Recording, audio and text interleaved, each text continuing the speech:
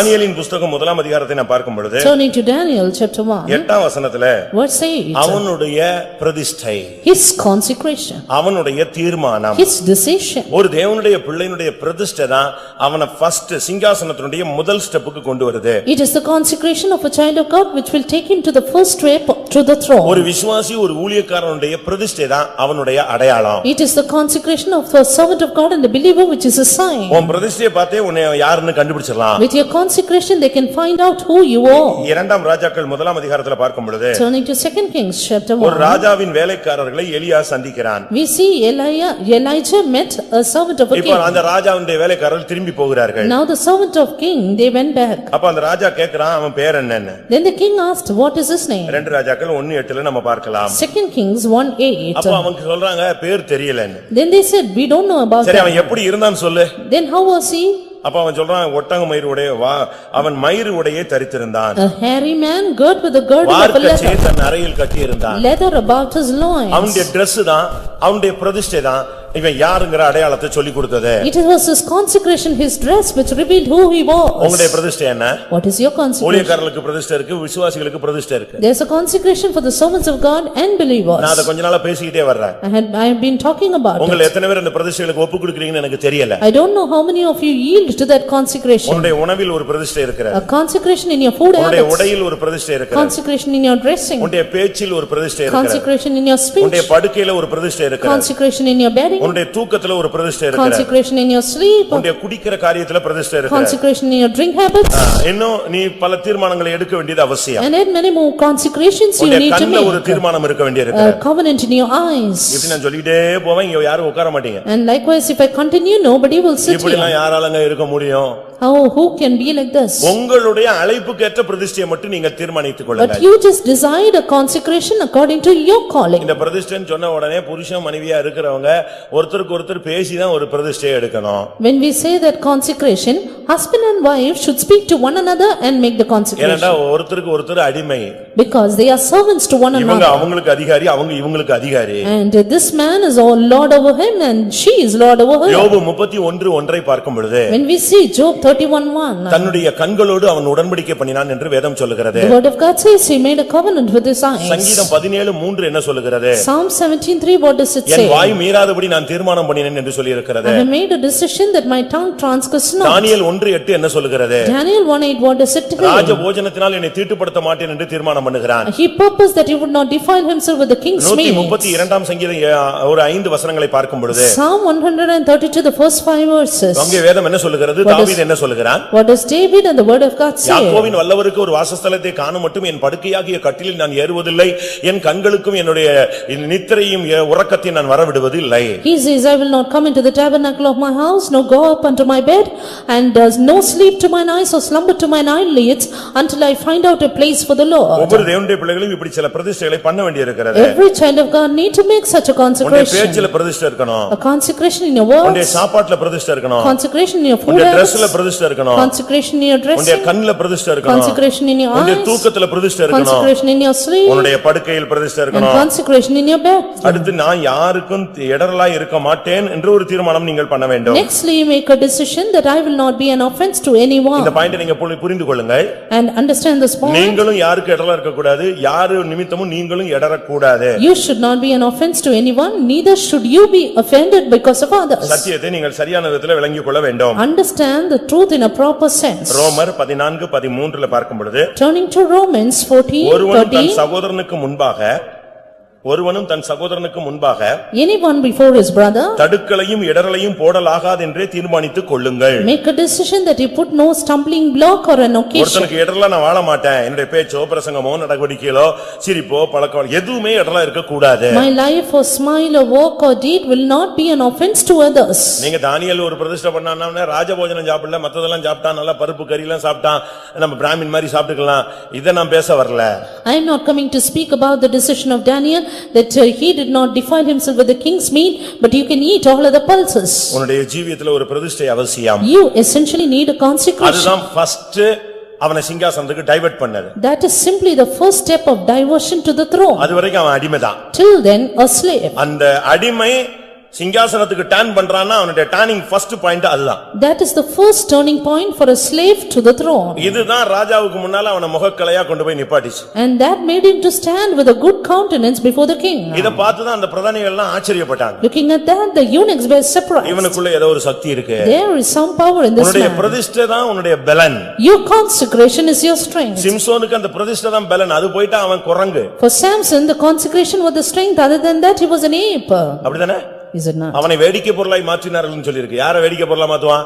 குரங்கு தான் வேடிக்கை காட்டும். It is said he was but a gazing stock, only the monkeys are made like that. அருமையானவர்களே, நம்முடைய ஜீவியத்திலே பிரதிஷ்டையை ஒருபோது விட்டுறக்கூடாது. Beloved, never lose consecration. உங்களுடைய பைபிள் படிக்கிறதுல இருந்து ஒவ்வொரு ஸ்டெப்லயும் ஒரு பிரதிஷ்டை வச்சுக்கிட்டே வரணும். Right from the habit of Bible reading, in every step you need to have a consecration. சங்கீதம் 55 பார்க்கும் பொழுது, Turning to Psalm 55. பலியினால் என்னோடு கூட உடன்படிக்கை பண்ணின என்னுடைய பரிசுத்தவான்களை கூட்டி சேருங்கள் என்பார். And he will say, gather my saints unto me, those that have made a covenant with me by sacrifice. இரண்டாவது அவனை சிங்காசனத்துக்கு டர்ன் பண்ண அடுத்த பாயிண்ட் என்ன? The second point of turning in his life. தானியேல் 2ஆம் அதிகாரம் 6ஆம் வசனத்தை பார்க்கும் பொழுது, Daniel 2:6. 2:16 பார்க்கும் பொழுது, 2:16. அங்கே அவன் ஜெபிக்க தவணை கேட்டு வெளியே வருகிறான். Here he asked for an occasion to pray and came out. அவனுடைய prayer life, His prayer life. ஒரு மனிதனை சிங்காசனத்துக்கு அடிமைத்தனத்திலிருந்து தேவனுக்கு அடிமையாய் மாறின ஒரு குப்பையில கிடக்கிற ஒரு மனுஷனை சிங்காசனத்துக்கு கொண்டு போகணும்னா முதலாவது பிரதிஷ்டை, இரண்டாவது prayer life. A man who is found in the dust, if he has to be taken up to the throne, first thing is the life of consecration, secondly the life of prayer. பிரேயர்ன உடனே என் மனைவி பயங்கரமா எனக்காக ஜெபம் பண்ணுவாங்கன்னு சொல்லிட்டு இவர் புருஷர் படுத்துக்குவாரு. When he was said about that, the husband will lie down saying, my wife is praying for me. அந்த பிரேயர்ல நீ சாவாம பிழைச்சிட்டு வருவே தவிர நித்திய ஜீவனை நீ வாங்க முடியாது. By that prayer you will live without dying, but you cannot inherit everlasting life. எங்க அம்மா எனக்காக பயங்கரமா ஜெபம் பண்ணுவாங்க. My mother is praying for me. அந்த அம்மா பயங்கரமா ஜெபம் பண்றதுனால உனக்கு வேலை கிடைக்குது, வாழ்க்கை கிடைக்குது, நல்ல சந்தோஷமா இருக்கற. ஆனா நித்திய வாழ்வு கிடைக்காது. It is because of that you are employed, you have a good life, but not everlasting life. தமிழ்ல சொல்லுவாங்க வாயும் வயிறும் தனிதான். In Tamil they used to say, mouth and stomach are உன்னுடைய separate. தனிப்பட்ட ஜெப ஜீவியம் எப்படி இருக்கு? But how is yours individual prayer life? உனக்குன்னு ஒரு பிரேயர் டைம் வச்சுக்க. You have a personal prayer நீ time. பெரிய ஐஏஎஸ் கலெக்டரா கூட இருந்துக்கங்க. You may be IAS or collector. நான் ஒரு ஜெயில் சூப்பரண்ட் ஒரு இடத்துல பார்க்க போனேன். I visited a jail superintendent நான் once. ரொம்ப சின்ன பிரதர், அசிஸ்டன்ட் தான் நான் ஊழியத்துல இருக்கிறேன். Then I was an assistant in the ministry. அவர் யாராவது ஒரு ஊழியக்காரங்க வந்தா நான் இந்த ஆஃபரிங்க கொடுத்துருவேன், எனக்கு டைம் இல்லையேன்னு சொன்னாரு. உடனே பெரியவர் என்னை அனுப்பிட்டார். And he said, if you send some servant of God, I will give this offering, I do not have the time, then the pastor send me. அவர் பெரிய jail superintendent. He was a jail superintendent. வயசான மனுஷன். An old man. அங்க நீங்க போனீங்கன்னா ஜெயில்ல ஒவ்வொரு அசைவும் இவர் இல்லாம அசையாது. இவர் வந்தாலே ஒரு 100 பேர் சல்யூட் அடிப்பான். Every moment in the jail was done with his knowledge. That was that done. ஆனா நான் உள்ள போன போது When I went in, எல்லாரையும் வெளியே போக சொன்னார். he asked everyone to get out. நான் அவர் வயசுக்கு அவருக்கு பிள்ளையா இருப்பேன். I am only his child state. ஆனா அவர் அவ்வளவு கனம் பண்ணி, But he honored me so much. Brother ஊழியக்காரங்க வந்திருக்காங்க, எல்லாரும் வெளியே போங்க அப்படினாரு. ஆபீஸ்ல உள்ள அவ்வளவு பேர் வெளியே போயிட்டாங்க. He asked everyone in his office to get out. உள்ள ஒரு சின்ன ரூம்க்குள்ள கூட்டி போனாரு. He called me to a little room. ஜெபம் பண்ணுங்க. He said, pray for me. எனக்கு ஆச்சரியமா இருந்துச்சு. I was surprised. நான் ஜெபிச்சிட்டு தான் வந்தேன். I prayed and came. எதுக்கு இத சொல்றேன்? Why I say this is? அப்பதான் யோசிச்சேன், அவருக்கு அது prayer room. And that was his prayer room. அந்த ஆபீஸ்லயும் டைம் கிடைக்கும்போது அங்க சாப்பிடுறது ஜெபம் பண்றதுக்குன்னு ஒரு குட்டி ரூம் வச்சிருக்காரு. Even in his office, when he has time, he goes to that room to pray. உங்களுக்கு பிரேயர் டைம் இருக்கா? Do you have a time of prayer? இல்ல டைம் கிடைக்கும்போதெல்லாம் நாங்கள் ஜெபம் பண்ணுவோம். No, whenever I have time I pray. குடும்பமா ஜெபம் பண்றீங்களா? Do you have family இல்ல prayers? நாங்க தனித்தனியா ஜெபிச்சுக்கோம். No, we have individual நீ prayers. தனித்தனியா போனா சிங்கம் உன்னை ஈஸியா அடிக்கிறதுக்கு வசதியா இருக்கும். If you individually go, the lion will easily tear நீ you off. மொத்தமா உட்கார்ந்தேன்னா சிங்கத்தை அடிக்கிறதுக்கு வசதியா இருக்கும். If you are together in a family, you will easily tear the lion. ஏதோ ஒரு நாள் ஜாப் டியூட்டி வெளிய பிரயாணம் அப்படினா நான் வரதுக்குள்ள நீ பிள்ளையை வச்சு ஜெபிச்சிரு அப்படினு சொல்லலாம். Maybe if suddenly there is a duty, an extra OT, then you can pray individually with your child. ஒரு சிலர் இந்த பிரேயர்னு சொல்லிட்டு இந்த பிள்ளைகளுக்கு புத்தி சொல்றோம் 1.5 மணி நேரம் சொல்லி அந்த பிள்ளைங்க இவர் மட்டும் தான் பிரசங்கம் பண்ணிட்டு இருக்காங்க, அது தூங்கிக்கிட்டே இருக்கும். அப்படி சொல்ற ஜெபம் அல்ல. But in some families saying that it is a family prayer, the parents keep on instructing the children, but that is not the family prayer. நான் சென்னை திருவொற்றியூர்ல இருந்தபோது, when I was in Tiruvatiyur, அப்போ ஒரு family, There was a family, அவருக்கு 3 பையன் ஒரு பொண்ணு. 3 sons, 1 daughter. எப்ப visiting போனாலும் Whenever I went for ஏதாவது visiting, ஜெபிக்கணுமா? do you want any prayer? உடனே அவர் சொல்வாரு இந்த நாளும் ஊழியத்துக்கு போறதுக்காக ஜெபம் பண்ணுங்க. You pray that these 4 may go to the ministry. உடனே மூத்த ஒரே ஒரு பொண்ணு அது சொல்லும், ஐயோ டெய்லி 10 மணி ஜெபம் தொடங்கினா 12 மணி வரைக்கும் நாளைக்கு காலைல ஸ்கூலுக்கு போகணும் வேலைக்கு போகணும் ஒண்ணுமே இல்ல. எடுத்துட்டாருன்னா சியோனை பத்தி ஸ்டார்ட் பண்ணிடுறாரு. Soon the daughter said, every day in family prayer begins at 10 o'clock and ends at 12 o'clock. He starts with instructing of Zion. எங்களை சியோனுக்கு போங்கறாரு. இவரை வேணா கூட்டி போங்க. He says, you go to Zion, you go to Zion. Please take him to Zion. இந்த சியோனை பத்தி பேசுறவர் இவர் முதல்ல ஊழியத்துக்கு போயிருந்தா நான் எங்க 4 பேர் நாங்க தொல்லை இல்லாம இருந்திருப்போம். நாங்க பிறந்திருக்கவே மாட்டோம். This man, if he had gone to Zion, we would not have been born at all. அந்த பிள்ளைகளுக்கு அது வெறுப்பா இருந்துச்சு. ஆனா அவர் சளைக்க மாட்டார் மனுஷன். அடுத்த நாள் அதே ஸ்டடி தான். That man was never fed up. He gave the same study the next week. ஆனா கர்த்தர் அவருடைய ஆசையை தீர்த்து ஒரு பையனை ஊழியத்துக்கு கொண்டு வந்தாரு. இங்க மதுரையில இருந்தானே ஜெயராஜ் அவன்தான். But God fulfilled his desire and brought that one son for the ministry. His brother Jayaraj. இப்ப கோயம்புத்தூர்ல இருப்பான். Now he is in Coimbatore. எதுக்கு இத சொல்றேன்? Why I say this is, ஜெபம் சொன்னா ஜெபமா இருக்கணும். prayer should be prayer. அறிக்கை என்றால் அறிக்கையாக இருக்கணும். Confession should be confession. சாட்சினா சாட்சியா இருக்கணும். Testimony should be testimony. பாட்டுனா பாட்டா இருக்கணும். பிரசங்கம்னா பிரசங்கமா இருக்கணும். இதுல ஏதாவது ஒண்ணு மாறிடுச்சு அபஸ்வரமா மாறிடும். Song should be song and preaching should be preaching. If it intermingles, then it will become wrong. சாட்சியில எழும்பி அறிக்கையிடுவாங்க. அறிக்கையில எழும்பி சாட்சி சொல்லுவாங்க. பாட்டு பாடுறேன்னு சொல்லிட்டு எங்கேயோ போயிடுவாங்க. ஒருத்தன் அந்த பாட்டை பிடிக்க முடியாது. Some will confess during their testimony and some will give the testimony during confession and songs will be done away and likewise it goes on. உங்களுக்குன்னு ஒரு prayer time வச்சிருங்க. But you need to have a prayer ஒருவேளை time. இனிமே இதுவரைக்கும் அப்படி fix பண்ணலனா இப்ப fix பண்ணுங்க இன்னைக்கு. But today fix it if you had not done it. நீங்க prayer time கரெக்ட்டா ஃபாலோ பண்ணி பாருங்க miracle நடக்கும். Follow the prayer time, you will have a miracle in your life. அப்போஸ்தலர் 3ஆம் அதிகாரம் Acts 3. முதலாம் வசனத்தை பாருங்க. The first verse. அப்போஸ்தலர் 3:1. Acts 3:1. ஜெபவேளையாகிய 9ஆம் மணி நேரத்திலே ஜெப வேளையாகிய 9ஆம் மணி நேரம். The hour of prayer, the 9th hour. அன்னைக்கு தான் அற்புதம் ஃபர்ஸ்ட் அற்புதம் சீஷர்கள் செய்ய ஆரம்பிக்கிறாங்க. It is then the disciples began to do the first miracle. 40 வருஷமா நடக்காதவனை தூக்கி எடுத்து நிறுத்துற இடம் அந்த ஜெப வேளை தான். And it is that hour of prayer which made the 40 years the limp man to உன்னுடைய walk. prayer time கரெக்ட்டா நீங்க மெயின்டைன் பண்ணீங்கன்னா அற்புதம் தானாக நடக்கும். Maintain your prayer life, miracles will be all the way done. உன்னுடைய prayer time தான் உன்னுடைய சிங்காசனத்துக்கு உன்னை திருப்பி விடக்கூடிய வழி. Your time of prayer is the time of turning you to the throne. அப்போஸ்தலர் 10ஆம் அதிகாரம் Acts 10, 3ஆம் வசனத்துல verse பார்க்கிறோம். 3. 2ஆம் வசனத்துல எப்பொழுதும் ஜெபம் பண்ணுகிற கொர்நேலியு. It is second verse says about Cornelius who prayed always. ஆனா 3ஆம் வசனத்துல ஏறக்குறைய 9ஆம் மணி நேரத்தில் அவன் ஜெபிக்கும் பொழுது தேவ தூதன் அவனுக்கு பதில் வந்து கொடுத்தான்.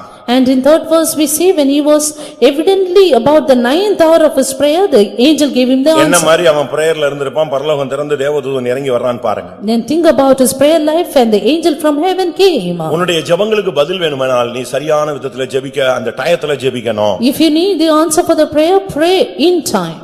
அடுத்ததாக அப்போஸ்தலர் 10ஆம் அதிகாரத்திலே பார்க்கும் பொழுது Nextly seeing in the same chapter Acts 10, 9ஆம் வசனத்தில் பார்க்கும் பொழுது verse 9, பேதுரு 6ஆம் மணி நேரத்திலே ஜெபம் பண்ணி கொண்டிருந்தான். Peter was about praying in the 6th hour. அவனுடைய டைம் பிரேயர் டைம் வந்து 6ஆம் மணி நேரம். Peter's prayer time was 6th hour. காமனா இஸ்ரவேலுடைய எல்லாருடைய பிரேயர் டைம் 9ஆம் மணி நேரம். Ordinary Israelites, they pray in the 9th hour. இந்த 6ஆம் மணி நேரத்துல ஜெபிக்கும் பொழுதுதான் வானம் திறந்தது, ஞானதிஷ்டி அடைந்தான், அவனுக்கு தேவனுடைய சித்தம் வெளிப்படுத்தப்பட்டது. But Peter prayed the 6th hour, there was a trance, heaven opened and plan of God was revealed. அப்போ உங்களுடைய வாழ்க்கையில அற்புதங்கள் நடக்கணும், வானம் திறக்கணும், தேவதூதர்கள் உங்களோடு இடைப்படணும், இப்படிப்பட்ட ஆசைகள் எல்லாம் உங்களுக்கு இருக்குன்னு சொன்னா நீங்க சிங்காசனத்துக்கு போகணும்னு சொன்னா பிரதிஷ்டையோடு ஜெபம் தேவை. Therefore, if you have the desire that your prayer need to be answered, heaven need to be opened, angels need to appear and you should get up to the throne, then you need a prayer time. Shadrach Meshach Abednego ஜெபத்தை விட தானியேலுடைய ஜெபம் சிறந்தது. And Daniel's prayer was excellent than the prayer of Shadrach, Meshach and Abednego. 4 பேரும் ஜெபிச்சாங்க, 3 பேர் தூங்கிட்டாங்க. 4 prayed but 3 slept. ஆனா ஒருத்தனுக்கு அந்த வெளிப்படுத்தல் கிடைத்தது. But one had the revelation. அவனுக்கு எப்படி தூங்க முடியும்? How could he sleep? sleep then. அந்த ஜெபாவி இருக்கிறவனுக்கு தூங்க முடியாது. The man with prayer life cannot sleep. காலையில ராஜாட்ட பதில் சொல்லணும். And he has to give the answer to the king. இல்லனா தலை போய்டும். Else he will be அதனால அவனால beheaded. தூங்க முடியல. Therefore he could not sleep. அவன் போராடி அந்த பதிலை பெற்றுக்கொண்டான். He strove to receive the answer. ஜெபத்திலே தேவ ஆலோசனை வெளிப்படுகிறது. Counsel of God appeared in prayer. ஜெபம் தான் உன்னை சிங்காசனத்துக்கு உரியவனாக இரண்டாவது பகுதிக்கு உன்னை இழுத்துச் செல்கிறது. Prayer secondly lifts you up to the throne. இந்த ஜெபத்துக்கு தேவன் பதில் கொடுத்த உடனே And soon when God answered his prayer, ராஜா இவனை யாரா மாத்திட்டான் தெரியுமா? you know whom the king made him? தானியேல் 2:49 பார்க்கும் பொழுது 2:41 of Daniel. பாபிலோன் மாகாணத்து காரியங்களை விசாரிக்கும்படி அவனை மேல் கொண்டு வந்து விட்டான். The king lifted him high that he might inquire about the provinces of Babylon. Babylon மாகாணத்துக்கு அதிகாரியாக மாறிவிட்டான். And he was made the ruler of the province. இப்போ சிங்காசனத்தினுடைய ஆர்டினரி ஸ்டெப்ல ஒரு ஃபர்ஸ்ட் ஸ்டெப் ஏறறான். Now the first step of his reign was come. எப்படிப்பட்ட ஒரு அனுபவம் என்பதை நீங்கள் பார்க்க வேண்டும். Look at this precious எப்படி experience. இப்படிப்பட்ட ஒரு அனுபவம் கிடைத்தது? How could he get that experience? இது அவனுடைய ஜெபத்தினால் அவனுக்கு கிடைத்த ஒரு தன்மை. This was simply through his prayer. அடுத்ததாக இவனுடைய வாழ்க்கையில உள்ள முக்கியமான தன்மை என்ன? Nextly, the precious quality in his life. அவனை குற்றம் கண்டுபிடிக்க ரொம்ப ட்ரை பண்றாங்க. They tried the maximum to excuse him. என்ன விதத்திலயாவது அவனை குற்றம் கண்டுபிடிச்சிரணும். To accuse him, they tried the best. அவர் அங்க போனாரு இங்க போனாரு அப்படி பார்த்தாரு சிரிச்சாரு அங்க நின்னாரு அந்த வீட்டுக்கு வந்தாரு தனியா வந்தாரு உட்கார்ந்து இருந்தாரு பேசினாரு போனாரு ஏதோ உன்னை முடிவு கட்டணும்னு முடிச்சிட்டான். They did some or the other thing to accuse you and to put an end of your life. அந்த நேரத்துல ரொம்ப கவனமாக இருக்கணும். But it is then you have to be very careful. Daniel 6:4 Daniel 6:4.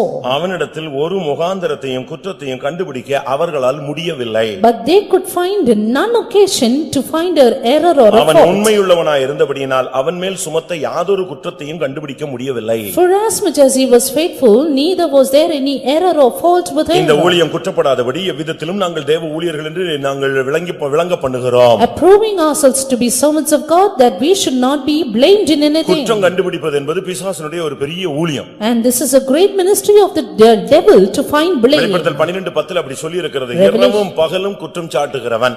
Revelation 12:10 says, the accuser of our brethren day and என்ன night. நடந்தாலும் இந்த குற்றச்சாட்டு வந்துகிட்டே இருக்கும். And how much ever you work, this accusation will ஆனால் come. நாம் குற்றம் சாட்டப்படாதவர்களாய் கர்த்தருக்கு முன்பாக வாழ வேண்டும். But we need to dwell before God as one not accused. இந்த இடத்துல தேவன் எதிர்பார்ப்பது உண்மை. Here God expects faithfulness.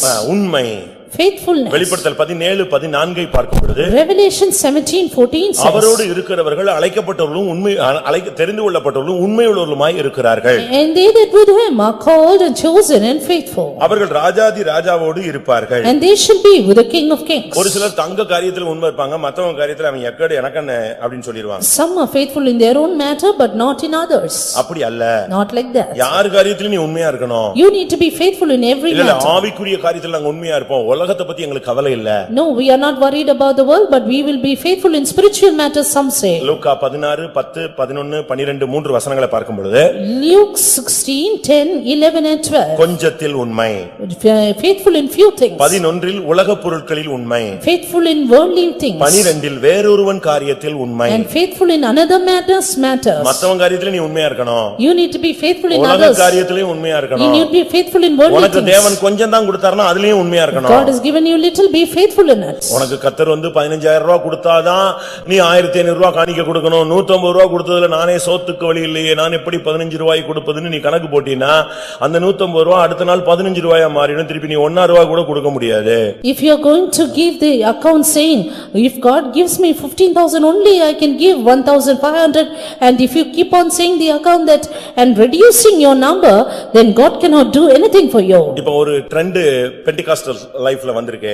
Now a new Pentecostal trend is come up. எப்படின்னா What is it? எல்லாம் வசதியா இருக்காங்க. They are all well off. நீங்க அங்க போய் பாருங்க நல்ல வெல் செட்டில் ஆயிருக்காங்க. You go there and see they are அதனால well நம்ம settled. இல்லாதவங்களுக்கு அனுப்புவோம். But let us send to those who have not.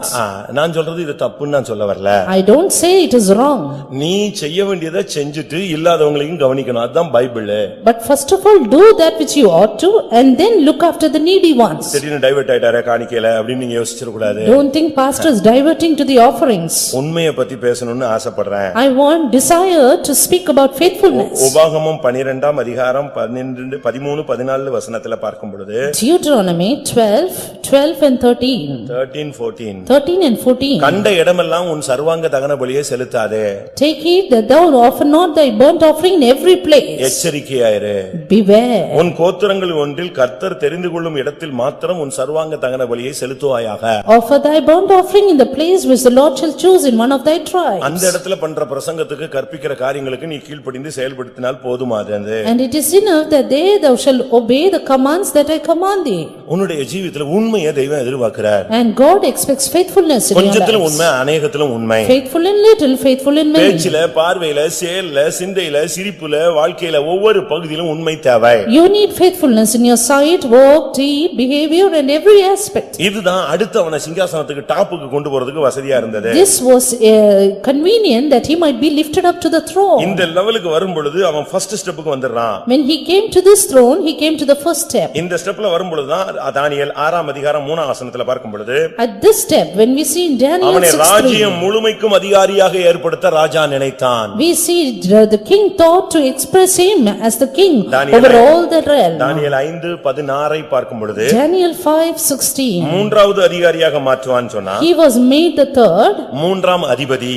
and the third ruler. ஆனா இப்ப 6ஆம் அதிகாரம் 3ஆம் வசனத்துல பார்க்கும் பொழுது எல்லாத்துக்குமே அதிபதியா மாறிட்டான். But now in 6:3 he became the ruler of the whole realm. Nebuchadnezzar 7 வருஷம் மிருகமாக இருந்தான். Nebuchadnezzar was an episode 7 years. சரித்திரம் சொல்லுகிறது This history இந்த says 7 வருஷமும் தானியேல் தான் ஆளுகை செய்தானா. all the 7 years Daniel reigned. எப்படி இருக்கும்னு யோசிச்சு பாருங்க. Then think how it would have எங்க been. இருந்தாளு? Where was he? பெல்ஷாத்சார் நேபுகாத்நேச்சாருக்கு பிறந்தவனா? Was he born to Nebuchadnezzar? பாபிலோன்ல பிறந்தானா? Was he born in Babylon? இல்ல. No. அவன் அடிமை. But he was a யாருக்கு captive. அடிமை? To whom? தேவனுக்கு அடிமை. A servant to அது God. அவனை பிரதிஷ்டைக்குள்ள கொண்டு வந்தது. Brought him into அது consecration. அவனுடைய ஜெப ஜீவியத்தை வளர்ச்சி அடைய வைத்தது. Made his prayer life to அவன் grow. குற்றமில்லாதவன் உண்மையுள்ளவனாய் மாறினான். He became a faithful man. இப்ப எப்படி அவனை அந்த சிங்காசனத்துக்கு கொண்டு வர்றாருன்னு பாருங்க. Now see how he was lifted to the உன்னுடைய throne. உண்மை ராஜ்யம் முழுமைக்கு உன்னை மேன்மையாக மாற்றுகிறது. Your faithfulness will lift you up to the இப்ப throne. இவனை தூக்கி சிங்கக்கேபில போடுறாங்க. And now they put him in the den of lions. ஆனா அங்கிருந்து எப்படி தப்பிட்டான்? And from there, how did he escape? அதுக்கு காரணம் என்ன? Reason. அவனுடைய worship. His worship. நீ இடைவிடாமல் தானியேல் 6:20-21 22 வரைக்கும் பார்க்கும் பொழுது Daniel 6:20-22. ராஜா வந்து சொல்றாரு, The king said, ஜீவனுள்ள தேவனுடைய தாசனே, இடைவிடாமல் நீ ஆராதிக்கிற தேவன் உன்னை சிங்கங்களின் வாய்க்கு தப்புவிக்க வல்லவராய் இருந்தாரா? O Daniel, servant of the living God, is thy God whom thou servest continually, able to deliver thee from the lions. எழும்பும்போதும் ஸ்தோத்திரம் ஸ்தோத்திரம் சொல்லிட்டு இருந்தியே, படுக்கும்போதும் இயேசுவே இயேசுவேன்னு சொன்னியே, நடக்கும்போதும் உட்காரும்போதும் எப்பொழுதும் இயேசு இயேசுன்னு சொன்னியே, உனக்கு அந்த தேவன் உனக்கு உதவி செய்ய வல்லவராய் இருந்தாரா? You said Jesus, Jesus when you rose up. You said Jesus when you walked. You said Jesus when you went to bed. And was he able to deliver you from the lions? அவன் சொல்றான், ஆம் ராஜாவே. He said, நான் okay. இடைவிடாமல் ஆராதிக்கிற தேவன் எங்களுடைய தேவன் சிங்கங்களின் வாய்களை கட்டி போட்டார். My God whom I serve continually had shut the lions' mouths. உன்னுடைய வாழ்க்கையில உன்னுடைய ஆராதனை ரொம்ப முக்கியம். Your worship is much important. அதனால நம்ம நம்முடைய சர்வீஸ்ல எல்லாம் worship-ஐ ஒரு half an hour ஆவது நடத்துறோம். ஆனா நம்ம ஆளுங்க என்ன செய்வாங்க, அது முடிஞ்ச பிறகு தான் மெல்ல வருவாங்க. That's why we conduct at least half an hour worship in our services. Our people, they come late after that. அந்த worship-க்கு நீ வந்துட்டேன்னு சொன்னா, worship பண்ணிட்டேன்னு சொன்னா, சிங்கங்களின் வாயை கட்டுவாரு, அக்கினி ஜுவாலை உன்மேல் பற்றாது. But if you attend the worship, then he will shut the mouth of the lions and flaming fire will not kindle upon you. உன்னுடைய வாழ்க்கைக்கு விரோதமான சிங்கம் 1000 வரட்டும், எல்லாத்தையும் கட்டிடுவார். There may be 1000 lions against your life, but he will shut it all. தானியேல் வந்து சர்ச்சில் fan போட்டு அழகா நேரா வந்து உட்கார்ந்தா முழங்கால் போட்டு தான் ஆவியில் நிரம்ப வரல. ரோட்ல விட்டா கூட அழகா worship பண்ணுவான். Daniel did not straight to come into the church under the fan and worship God, but he was on knees even in the road. ரோட்ல ஆடிட்டான்னு பார்த்து அவன் மனைவி வந்து சொன்னா, கேவலமா இருக்கு இப்படி போட்டு ஆடிட்டு இருக்க ரோட்ல. And David, when he danced in the road, even his wife mocked at him. அவன் என்ன சொன்னா, தெரியாம ஆடிட்டேன், இனிமே நான் ஒழுங்கா ட்ரெஸ் பண்ணிட்டேன், ஒழுங்கா அப்படியே மரியாதையா வந்துடுறேன் அப்படியே சொன்னா. But did he say, I did it unknowingly? அவன் சொன்னா, நான் நீசன். He said, I am wild. ஆடு மேய்ச்சிட்டு இருந்தேன். I was after the உங்க sheep. அப்பாவை தள்ளிட்டு என்னை சிங்காசனத்துல வச்சிருக்காரு. நான் எப்படி ரோட்ல சும்மா வருவேன், பெட்டி வரும்போது இன்னும் ஆடுவேன், இன்னும் பாடுவேன். But the Lord has rejected your father and took me to the throne. Therefore, I will be more base, more vile. நல்ல நெடுமுழங்கால்ல நீங்க நில்லுங்க. அது ஒரு அருமையான எக்சர்சைஸ். நல்ல கை தட்டு. அது ஒரு எக்சர்சைஸ். நல்ல கை வைத்து இத விட்டு சும்மா காலையில எந்திரிச்சு டாக்டர் நடக்க சொன்னான்ட்டு 3 கிலோமீட்டர் நடந்து குப்புற விழுந்து எழும்பி கோதுமையை சாப்பிட வேண்டாம். 1 மணி நேரம் வொர்ஷிப் பண்ணு. சுகர் வருதா போகுதான்னு பாரு. Stand on your knees, clap your hands, lift up your hands and see how your health is, how your diabetes is. And you need not follow the doctor's instructions. முழங்கால்ல நிக்கணும். You should be on knees. கைகளை உயர்த்தணும். You should lift up your hands. உன் பரிசுத்த கைகளை உயர்த்தி நீ ஜெபம் பண்ணு. உன்னுடைய கைகள் உயர்த்தப்பட்டால் ஜெயம் இல்லாமல் தோல்வி வரவே வராது. Lift up your hands and pray and never defeat, only victory will come. மோசே கைகளை உயர்த்தின பொழுது அமலேக்கியரை ஜெயித்துக் கொண்டிருந்தார்கள். Moses lifted up, the stayed his hands and Amalekites மோசே கை கீழே விழுந்தது, அமலேக்கியர் மேற்கொண்டார்கள். When his hands fell down, Amalekites prevailed. Time வரும்போது அந்த பிரசங்கத்துக்கு போறேன். But when time comes, I'll go to that message. தானியேலை சிங்காசனத்துக்கு கொண்டு வந்த 4 அனுபவங்கள். But the 4 experiences which took Daniel to the throne. ஒன்றவன் தேவனுக்கு அடிமையானவன். One servant to God. அப்படினால் அவனுடைய வாழ்க்கையில பிரதிஷ்டை இருந்தது. Therefore he had consecration. அவனுக்குள்ள ஜெபம் இருந்தது. Prayer in him. அவனுக்குள்ள உண்மை இருந்தது. Faithfulness in him. அவனுக்குள்ள worship இருந்தது. And worship in him. அடுத்ததாக எஸ்தர் 10ஆம் அதிகாரம். Nextly, Esther chapter 10. 3ஆம் வசனத்தை பார்க்கும். Verse 3. யூதனாகிய மொர்தெகாய் ராஜாவாகிய அகாஸ்வேருக்கு இரண்டாவது ஆனவனும் யூதருக்குள் பெரியவனும் தன் திரளான சகோதரருக்கு பிரியமானவனுமாய் இருந்ததுமன்றி தன் ஜனங்களுடைய நன்மையை நாடி தன் குலத்தாருக்கெல்லாம் சமாதானம் உண்டாக பேசுகிறவனுமாய் இருந்தான். For Mordecai the Jew was next unto King Ahasuerus, and great among the Jews, and accepted of the multitude of his brethren, seeking the wealth of his people, and speaking peace to all his seed. கர்த்தருடைய பரிசுத்த நாமத்துக்கு மகிமை உண்டாவதாக. Glory be to God's holy name. மொர்தெகாய் எப்படி சிங்காசனத்துக்கு வருகிறார்? How was Mordecai lifted up to the throne? ராஜாவுக்கு அடுத்த ஸ்டாண்டர்ட்ல வந்துட்டார். He came next to the king. இயேசுவோடு நாம் போய் பிதாவுக்கு அடுத்த ஸ்தானத்துல உட்கார போறோம். We are going to sit with Jesus next to the Father. இவர் இருந்த இடம் எங்க? But where was he? இவர் வந்து உட்கார்ந்த இடம் எது? When which place did he sit in? மொர்தெகாய்னு சொன்னா பைபிள் அர்த்தம் சிறிய மனிதன். Mordecai means a little man. ஆனா 10ஆம் அதிகாரம் 3ஆம் வசனத்துல சொல்லி இருக்கிறது யூதருக்குள் அவன் பெரியவனாய் மாறினான். But 10:3 says he became great among the Jews. இவன் இருந்த இடம் எது? அவன் இருந்த தேவன் அவனை இருத்தின இடம் எது? Where was the place he in and where did God make him to sit? Esther 2ஆம் அதிகாரம் 21ஆம் வசனம். Turning to Esther 2:21. எஸ்தர் 3ஆம் அதிகாரம் 2ஆம் வசனம். Or 3:2. இவைகளை பார்க்கும் பொழுது வாசலில் இருந்தவன். He was but in the gates. வாயில் காப்பவன். And he was keeping the charge of the gate. ஒருத்தன் வந்தா கதவை திறக்கணும். If one comes, open the door. ஒருத்தன் போய்ட்டானா கதவை பூட்டணும். If one leaves, close the entrance. தன்னை விட ஸ்தானம் கூடனவன் வந்தானே எழும்பி நின்னு செய்யணும். wish பண்ணணும். And if somebody else comes, you have to get up and wish. இல்ல ஒரு பியூன் வேலை மாதிரி தான் அவன் கேட் கீப்பரா தான் இருந்தான். He was but a gatekeeper. எப்படி இந்த கேட் கீப்பர் அங்க வந்துட்டாரு? How could he come to that position? எப்படி அவனுக்கு அப்படி முடிஞ்சது? How could he be lifted up? நான் உங்களுடைய தரம் தாழ்ந்த இந்த உலகத்தில் உள்ள வெறும் வேலைகளை குறித்து பேசுறேன், நீங்க எடுத்துற வேண்டாம். அந்த சப்ஜெக்ட் நான் ஆவியிலேயே பேசுறேன். And don't consider I am speaking of the inferior jobs in the world, I am speaking in the spirit. பாவத்துக்கு அடிமை பற்றி பேசாம நான் தேவனுக்கு அடிமை உங்களுக்கு சொன்னேன். And I said about servants to God not being servants to sin. அதுபோல நீ வாசல் காப்பவன் சொன்னா அதனுடைய சரியான அர்த்தம் என்ன? Even so, keeping the gate, what is the right meaning? ஆண்டவர் தான் வாசல். God is the gate. யோவான் 10ஆம் அதிகாரம் 9ஆம் வசனத்துல நானே வாசல். John 10:9 says I am the door. இந்த வாசல்லையே நீ கடக்கணும். You have to pass through this door. இந்த வாசல்ல நீ இருந்தீனா எங்க வந்துருவ? சிங்காசனத்துக்கு வந்துருவ. If you are in this door, you will come to the throne. நீதிமொழிகள் 8ஆம் அதிகாரம் 34ஆம் வசனம் வாசியுங்கள். Read Proverbs 8:34. 8:34. என் வாசற்படியில் நித்தம் விழித்திருந்து என் கதவு நிலையருகே காத்திருந்து எனக்கு செவி கொடுக்கிற மனுஷன் பாக்கியவான். Blessed is the man that heareth me, watching daily at my gates, waiting at the posts of my doors. தேவனுடைய வீட்டிலே அந்த அவர் சொல்றாரு, என் வாசற்படியில நித்தம் விழித்திருந்து என் கதவு நிலையருகவே நின்னுட்டு இருக்கிற ஒரு மனுஷன், எனக்கு செவி கொடுக்கிற மனுஷன் பாக்கியவான். Blessed is the man that heareth me, watching daily at my gates, waiting at the post of my doors. ஆண்டவருடைய வீட்ல வாசல்னா இந்த ஃபெய்த வாசல்ல அந்த கேட்ல எடுத்துறாதீங்க. Gate of the house of God is not the entrance here and there. இது ஒரு எழுத்தின் பிரகாரமான கிருபை இல்ல ஊழியம். This is just a literal gracious ministry. ஆண்டவர் பேசுகிற இடத்துல வாசல்ல நீ கடக்கணும். But you have to be at the gate where God speaks to you. நித்தம் அவர் வாசல் படியில நீ காத்திருக்கணும். And wait daily at his post. விழித்திருக்கணும். Be watching. எஜமான் உள்ள இருந்து கூப்பிடுவாரு. Yeah, master will come and call. நான் சென்னையில ஒரு ட்ரிப் போலீஸ் கமிஷனர் ஆபீஸ்க்கு போயிருந்தேன். Once I went to the police commissioner office at Chennai. எங்களெல்லாம் உட்கார சொல்லியிருந்தாங்க. They asked me to here sit. அவர் உள்ள இருக்கார் commissioner. He was then inside. அந்த டோர்ல ஒரு சின்ன ஒரு கேப், அதுல கண்ணாடி இருக்கு. There was a little gap with a glass in the door. அவருக்கு வாசல்ல ரெண்டு போலீஸ் நிக்கறாங்க. அது போக ரொம்ப பேர் நிக்கறாங்க.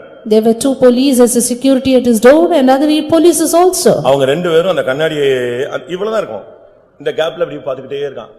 Both of them were looking through that gap in that glass. நாங்க பக்கத்துல உட்கார்ந்து ஒருத்தர் பேசிக்கிறார். ஐயா உட்கார்ந்து இருக்காரு, போன் பேசிட்டு இருக்காரு. அவர் என்ன பண்றாருன்னு இவன் பார்த்து கமெண்ட் கொடுத்துக்கிட்டே இருக்கான். என்ன கண்டிஷன் இருக்கு? ஏன்னா அவர் இப்ப வெளியே போறாரு. அது வரைக்கும் கமெண்ட் நடந்துகிட்டே இருக்கு. And until the police commissioner comes out, they keep giving the comments about what he is doing inside. ஒருத்தர் சொல்லிடுறாங்க. One said, எழும்பிட்டாரு. he is getting up. எழும்பிட்டாருன்னு சொன்னதுதான் தாமதம். இங்க கார் வரைக்கும் நிக்கிறவன் அவ்வளவு பேர் அட்டென்ஷன் ஆயிட்டான். Soon then all the people beside the car, they were in full attention. எல்லாம் உடனே அந்த கன் எல்லாம் தூக்கி கரெக்ட்டா ஷோல்டர்ல வச்சு நின்னுட்டாங்க. They all then were in full security with their pistols. அடுத்த செகண்ட் ஒருத்தர் உள்ள போனாரு. The next second one went in. ஒருத்தர் ஃபைல தூக்கிட்டு வந்துட்டார். One brought the file. நேரா கார்ல கொண்டு போய் வச்சார். Straight went and kept in the அடுத்த உள்ள car. போனா Another went in. செல்லு மட்டும் எடுத்துட்டு வெளியே வந்தார். Took his mobile alone and kept it. இப்போ அடுத்து வெயிட்டிங். Now next waiting. அடுத்து Next. புறப்பட்டாரு, எழும்பிட்டாரு. He got up. எழும்பிட்டாருன்னு சொன்னதுதான் இந்த சிங்கம் வெளியே வர்ற மாதிரி சரட்டுன்னு வெளியே வந்தா பாருங்க. அடிச்சாங்க ஒரு 20 பேர் சல்யூட் கன் தூக்கி. அவ்வளவுதான், ஒரு செகண்ட்ல கார் போயிடுச்சு. Suddenly 20 of the people, they suddenly came as a line and he left soon into the car. நான் கூட யோசிப்பேன், நம்ம பாஸ்டர்ஸ் ரூம் வாசல்ல எல்லாம் இந்த சின்ன பிரதர்ஸ் பாவம் 22 வயசுல ஊழியத்துல வந்துட்டு வாசலே நிக்கிறானே. இத பார்த்த பிறகுதான் புரிஞ்சுது இது எவ்வளவு பெரிய பாக்கியமான ஒரு வேலை. I also used to think as to how the people who have just come into the ministry 22 years old, they are standing as guards as beside the pastor's room. நித்தம் அவருடைய வாசற்படியில பரலோகத்தின் வாசல்ல டெய்லி நீ இருந்து கர்த்தாவே இன்னைக்கு எனக்கு என்ன பாதை, என்ன கிருபை, நான் என்ன செய்யணும்னு வாசல்ல 4 மணிக்கு நீ காத்திருக்கணும். Even so 5 மணிக்குள்ள உனக்கு தேவையான கிருபை, வார்த்தை, வசனம் எல்லாம் கிடைச்சிரும். கிளம்பிடலாம் நீ. you should wait daily at the gate of the entrance where God speaks to you. Even at 4 o'clock in the early morning, get the word from God and then you can start up. என் கதவு நிலையருகே காத்திருந்து நான் என்ன சொல்றேன்னு கேட்கிற மனுஷன் பாக்கியவான். Blessed is the man who heareth what I say, waiting at the posts of my doors. வாசற்படியில எப்படி இருக்குதுக்கு நமக்கு ஐடியா இருக்கா, ஆசை இருக்கா, இருந்திருக்கிறோமா? Are we getting up at the correct time to get it? சங்கீதம் 84:10 என்ன சொல்லுகிறது? Psalm 84:10, what does it say? 1000 நாளை பார்க்கிலும் உமது பிரகாரங்களில் செல்லும் ஒரே நாள் நல்லது. ஆகாமிய கூடாரங்களில் வாசமாயிருப்பதை பார்க்கிலும் என் தேவனுடைய ஆலயத்தின் வாசற்படியில் காத்திருப்பதையே தெரிந்து கொள்ளுவேன். தேவனுடைய ஆலயத்தின் வாசற்படியில கிடக்கிறது எவ்வளவு பெரிய பாக்கியம். What a great privilege is to be a doorkeeper in the house of my God. ஒரு சகோதரன் சொன்னாரு, One brother said, ஐயா எனக்கு ஊழியமே வேண்டாம். I do not want a ministry. ஏவா நீ ஊழியக்காரன், ஊழியமே வேண்டாம். இல்லையா, எனக்கு அந்த எந்த தகுதியும் இல்ல. ஏதாவது ஒரு ஃபெய்த்தம்ல எனக்கு காவலுக்கு வச்சுட்டா கூட போதும். நான் பேசாம அழகா அந்த வேலையை செஞ்சு பரலோகத்துக்கு வந்து சேர்ந்துருவேன். You are a servant of God, why are you telling like that? But he said, I just want to be a keeper at the gate of the house of God. I will just go to heaven. பிரியமானவர்களே, ஆண்டவருடைய வீட்டின் வாசல்படியில் பரலோகத்தின் வாசல் அருகே நீ இருந்தீனா உனக்கு சிங்காசனம் உண்டு. Beloved, if you are at the entrance of heaven, at the gate of heaven, then you will have the throne. இவனுடைய கேட் கீப்பரா இருந்த மனுஷன் எப்படி சிங்காசனத்துக்கு டைவர்ட் ஆனா? This man who was but a gatekeeper, how was he diverted to the அதுக்கு throne? காரணம் என்ன? Reason? அவனுடைய மனைவியா? He was his wife? அவனுடைய பிள்ளைகளா? Was it his children? நல்லா படிச்சு பாத்தீங்கன்னா அவனுக்கு மனைவியும் கிடையாது, பிள்ளைகளும் கிடையாது. Not his wife nor his children. அப்ப அவனுக்கு என்ன நடந்துச்சு? Then what happened to him? ஆனா எஸ்தரை வளர்த்து கொண்டு வந்தான்னு பைபிள் சொல்லுது. It is said he grew up Esther. அவன் தன்னை வளர்க்கல, தன்னுடைய உடம்ப வளர்க்கல, தனக்குள்ளே எஸ்தரை வளர்த்தான். He did not grow up himself or his own body, but he grew up Esther within him. Esther 2ஆம் அதிகாரம் 7ஆம் வசனத்துல அவளை அவன் தகப்பனை போல எடுத்து வளர்த்தான். Esther 2:7, he grew her up as a father. அவளை தன் குமாரத்தியாக எடுத்துக்கொண்டான். And took him for his daughter. அவளை வளர்த்தான். He grew her. எப்படி இப்படி முடிந்தது? How was it இதுதான் possible? அவனுடைய வாழ்வை டைவர்ட் பண்ணுது. This made him change his life. Esther என்று சொன்னால் நட்சத்திரம் என்ற அர்த்தம். Esther means star. உனக்குள்ள ஒரு ஸ்டார் வளரணும். A star should grow within you. அது சரியான அர்த்தம் சொன்னா பல அர்த்தம் சொல்லலாம். அதுல ஒரு அர்த்தம் இயேசு உனக்குள் வளரணும். The right meaning is Jesus should grow within you. யாக்கோபின் நட்சத்திரம் இயேசு. The star of Jacob is Jesus. அந்த நட்சத்திரம் உனக்குள்ள வளரணும். That star should grow within you. இன்னைக்கு எத்தனை பேருக்குள்ள அப்படிப்பட்ட ஒரு விடிவெள்ளி நட்சத்திரமாக்கிய இயேசு எத்தனை பேருக்குள் உதிக்கிறார் வளருகிறார். Jesus the bright morning star, how many of us he is growing and brightly shining. அழகா அந்த பிள்ளையை வளர்த்துக்கிட்டே வந்தான் வீட்ல. He well grew up that daughter. உனக்குள்ள கிறிஸ்துவினை வளர்ச்சியடைய கொண்டே வரணும். Christ should keep growing within you. நீ குறையணும் அவர் வளரணும் You பெருகணும். should increase and he should increase. இந்த பிள்ளையை வளர்த்துக்கிட்டு இருந்ததனால தான் அவனுக்கு சிங்காசனத்தை குறித்தான ஒரு டர்னிங் கிடைத்தது. Because he brought up this Esther, he got a chance to inherit the throne. அந்த எஸ்தரை வளர்க்காம வேற எவளையாவது வளர்த்திருந்தானா இவன் சிங்காசனத்துக்கு போக மாட்டான். Had he not grown up Esther and somebody else, he would not have gone up to the உனக்குள்ள யார் throne. வளருகிறது? Who was growing within you? கிறிஸ்துவில் வளருகிறாயா இல்லாவிட்டால் நீ மாம்சத்தில் வளருகிறாயா? Are you growing up in Christ or growing up in flesh? உனக்குள்ள எது வளருதுன்னு பாரு. See what is growing in you. இயேசு வளருகிறாரா சர்ப்பம் வளருதா? Jesus or serpents? இரண்டாவதாக Secondly, அவனை சிங்காசனத்துக்கு கொண்டு போனதுக்கு முக்கியமான காரணம் one important reason which took him up to the throne. ஜனத்துக்காக அலறுவான். He used to cry for the people. ஆத்துமாக்கள்னா உயிரை விட்டுருவான். He would spend his life for the soul. தாம் மனைவி பிள்ளைகள் அவனுக்கு கிடையாது. அதனால அதுக்காக ஜெபம் பண்ற அந்த ஸ்பிரிட்டே அவனுக்கு கிடையாது. He did not have the spirit of praying for his wife or children because he had அவன் none. மைண்ட் எல்லாம் தேசத்துல இருக்கிற ஜனங்கள் யூத ஜனங்கள். His mind was all upon the Jewish people of the land. என் ஜனம் அழிகிறதேன்னா அழுதுருவான், கத்திடுவான், ரோட்ல நின்னு கத்துவான், கேட் வரைக்கும் வந்து தலையில புழுதி போட்டு கத்திடுவான். He lamented through the streets and came up to the gate with dust upon his head and sackcloth. அப்படி யாரும் அங்க வரக்கூடாதுன்னு கட்டளை இருக்கு, ராஜ கட்டளை இருக்கு. The king's command was nobody should come in like that. அவனுக்கு என் ஜனம் அழிய கூடாது. But my people should not perish. ஆத்துமாக்களை குறித்து உங்களுக்கு எத்தனை பேருக்கு பாரம் இருக்கும்? How many of you are burdened about the souls? பாரம் இருந்தேன்னா இன்னைக்கு 7000 பண்ணவா? If you have burdened, then come out. இல்லன்னு சொன்னா வீட்ல போய் அழகா உட்கார்ந்து தூங்கிட்டே இருக்கலாம். Or else you can sleep well at home. ஒருவேளை 7000 பண்ணை வந்தவர்களுக்கு சிங்காசனம்னா உனக்கு கிடைக்காம போயிட கூடாதுல்ல? If God says those who come to 7000 Pannai will have the throne, then you should not miss it. கால் நல்லா இருக்கும்போதே நட. When you have good legs, walk. Pastor Joel அவர்கள் அடிக்கடி சொல்வார், கால் நல்லா இருக்கும்போது ஆண்டவருக்காக நடந்து ஊழியம் செய், கை நல்லா இருக்கும்போதே ஏதாவது பாடுபடு, கண்ணு நல்லா இருக்கும்போதே பைபிளை பார்த்து நல்லா படிச்சு முடிச்சிரு, கால் நல்லா இருக்கும்போதே முழங்கால போட்டு மணிக்கணக்கா ஜெபிச்சிரு. ஒரு காலம் வரும் பொழுது இதெல்லாம் முடியாத காலம் வரும். Pastor Joel used to say, when your legs are okay, then be on knees, then walk for the Lord. When your hands are well, work for the Lord. When you have a good eyesight, read the Bible properly. மொர்தெகாய் சிங்காசனத்துக்கு வந்ததுக்கு காரணம் வாசல் படியில கடந்த காரணம். The reason for Mordecai coming up to the throne was he was by the gate. எஸ்தரை வளர்த்தான். He grew up Esther. மறைவான நட்சத்திரம். And that hidden star. ஒரு மறைவான நட்சத்திரம் அவனுக்குள்ள வளர்ந்து கொண்டே இருந்தது. A hidden star was growing up with him. அது வளர்ந்த போது When it grew. இப்போ அதை பிடிச்சு கொண்டு போய் ராஜஸ்திரியா மாத்துறாங்க. Now she was turned to be the queen. பாருங்க இவன் வளர்த்த பிள்ளை யாரா மாறிடுச்சு? Look, the daughter whom she brought up. அது சிங்காசனத்துக்கு போயிடுச்சு. It went to the throne. ராஜஸ்திரியா மாறிடுச்சு. And it became a queen. ஆனாலும் இவனுடைய அந்த ஆத்தும பாரம் அழிஞ்சு போகாது. But still his burden for souls. எஸ்தரை கூப்பிட்டு சொன்னான். He called Esther and said, என்ன நல்ல போஸ்டிங் கிடைச்சிட்டு நல்லா இருக்கியா, கார் கிடைச்சிருச்சு, வண்டி கிடைச்சிருச்சு, ராஜஸ்திரியா மாறிட்டோம், அப்படியே அழகா மேக்கப் போட்டு சுத்தலான்னு பாக்குறியா? Are you satisfied? நியாய தீர்ப்புன்னு வந்துச்சுன்னா யாருக்கும் சேர்ந்து உண்டு, உனக்கும் உண்டு. Are you satisfied with your position and dignity and status? But if judgment comes, you will surely have to face it. Car கொடுப்பாரு, பணம் கொடுப்பாரு, அள்ளி கொடுப்பாரு, கொடுக்கறதை இவன் குறைய பிச்சிட்டு கொடுப்பாரு, உன் வீட்டுல வைக்க முடியாத அளவுல இடமில்லாமல் போக மட்டும் கொடுப்பாரு. கடைசில ஒண்ணே ஒண்ணு கேட்பாரு, இதுக்கெல்லாம் அக்கவுண்ட் கொடுத்திருப்பான்னு கேட்பாரு. God who gives will give you to the room full. God who gives will rend the heavens and give you, but finally will ask the account of it. அவன் ஜனத்தின் நன்மைக்காக பேசின மனுஷன். He spoke for the good of his people. தண்ணி குடிக்காம கிடமா. He would not be without water. Esther சொன்னா நீயும் fasting போடு. He said, you also be in fasting. நானும் ஃபாஸ்டிங் போடுறேன், என் தாதிமாரும் ஃபாஸ்டிங் போடுறோம், நீயும் ஃபாஸ்டிங் போடு, எல்லாரும் ஃபாஸ்டிங் போடுவோம். He said, I and the concubines and you also should be in இவங்க fasting. போட்டதான உபவாசம் யாருக்காக? And for whom was that fasting? தன்னுடைய சொந்த புருஷனுடைய ரட்சிப்புக்கா? Was it for his own தாங்க husband's பிள்ளைங்க soul? நல்லா படிச்சு நல்ல mark எடுக்கணும்ங்கிறதுக்கா? Was it for the children for good marks? தாங்க பிள்ளைகள் எல்லாம் நல்ல ஸ்டாண்டர்ட்ல வாழ்க்கையில நிக்கணும், சபையில சாட்சியா நிக்கணும்னு ஆசைப்பட்டாங்களா? Was it for the good testimony and standard of their children? children. இல்ல No. எங்கள் ஜனங்கள் அழியக்கூடாது. But my people should not perish. Esther சொல்றா என் ஜீவனுக்கு பதிலாக என் ஜனங்கள் எனக்கு தரப்பட வேண்டும். Esther said, my people for my life. என் மன்றாட்டுக்கு என் ஜனங்கள் தேவை. And my people for my request. அழிந்து போகிற ஆத்துமாக்களை குறித்த ஒரு பாரம் உனக்கு இருக்குமானால் சிங்காசனம் confirm. Yes, if you have a burden for the perishing souls, the throne is confirmed for you. மொர்தெகாய்க்கு சிங்காசனத்துக்கு காரணம் ரெண்டே காரணம். ஒன்று எஸ்தரை வளர்த்தான், இரண்டாவது ஜனத்துக்காக கதறினான். அது அவனை கொண்டு போய் சிங்காசனத்தில் உட்கார வைத்தது. Two reasons which took Mordecai to the throne. One, he was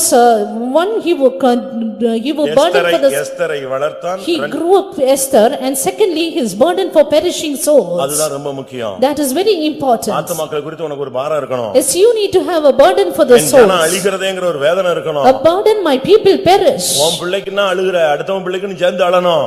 You cry for your own children, but you cry for others also. ஓராம் பிள்ளையை ஊட்டி வளர்த்தா உன் பிள்ளை தானா வளரணும் தமிழ்ல சொல்லுவாங்க.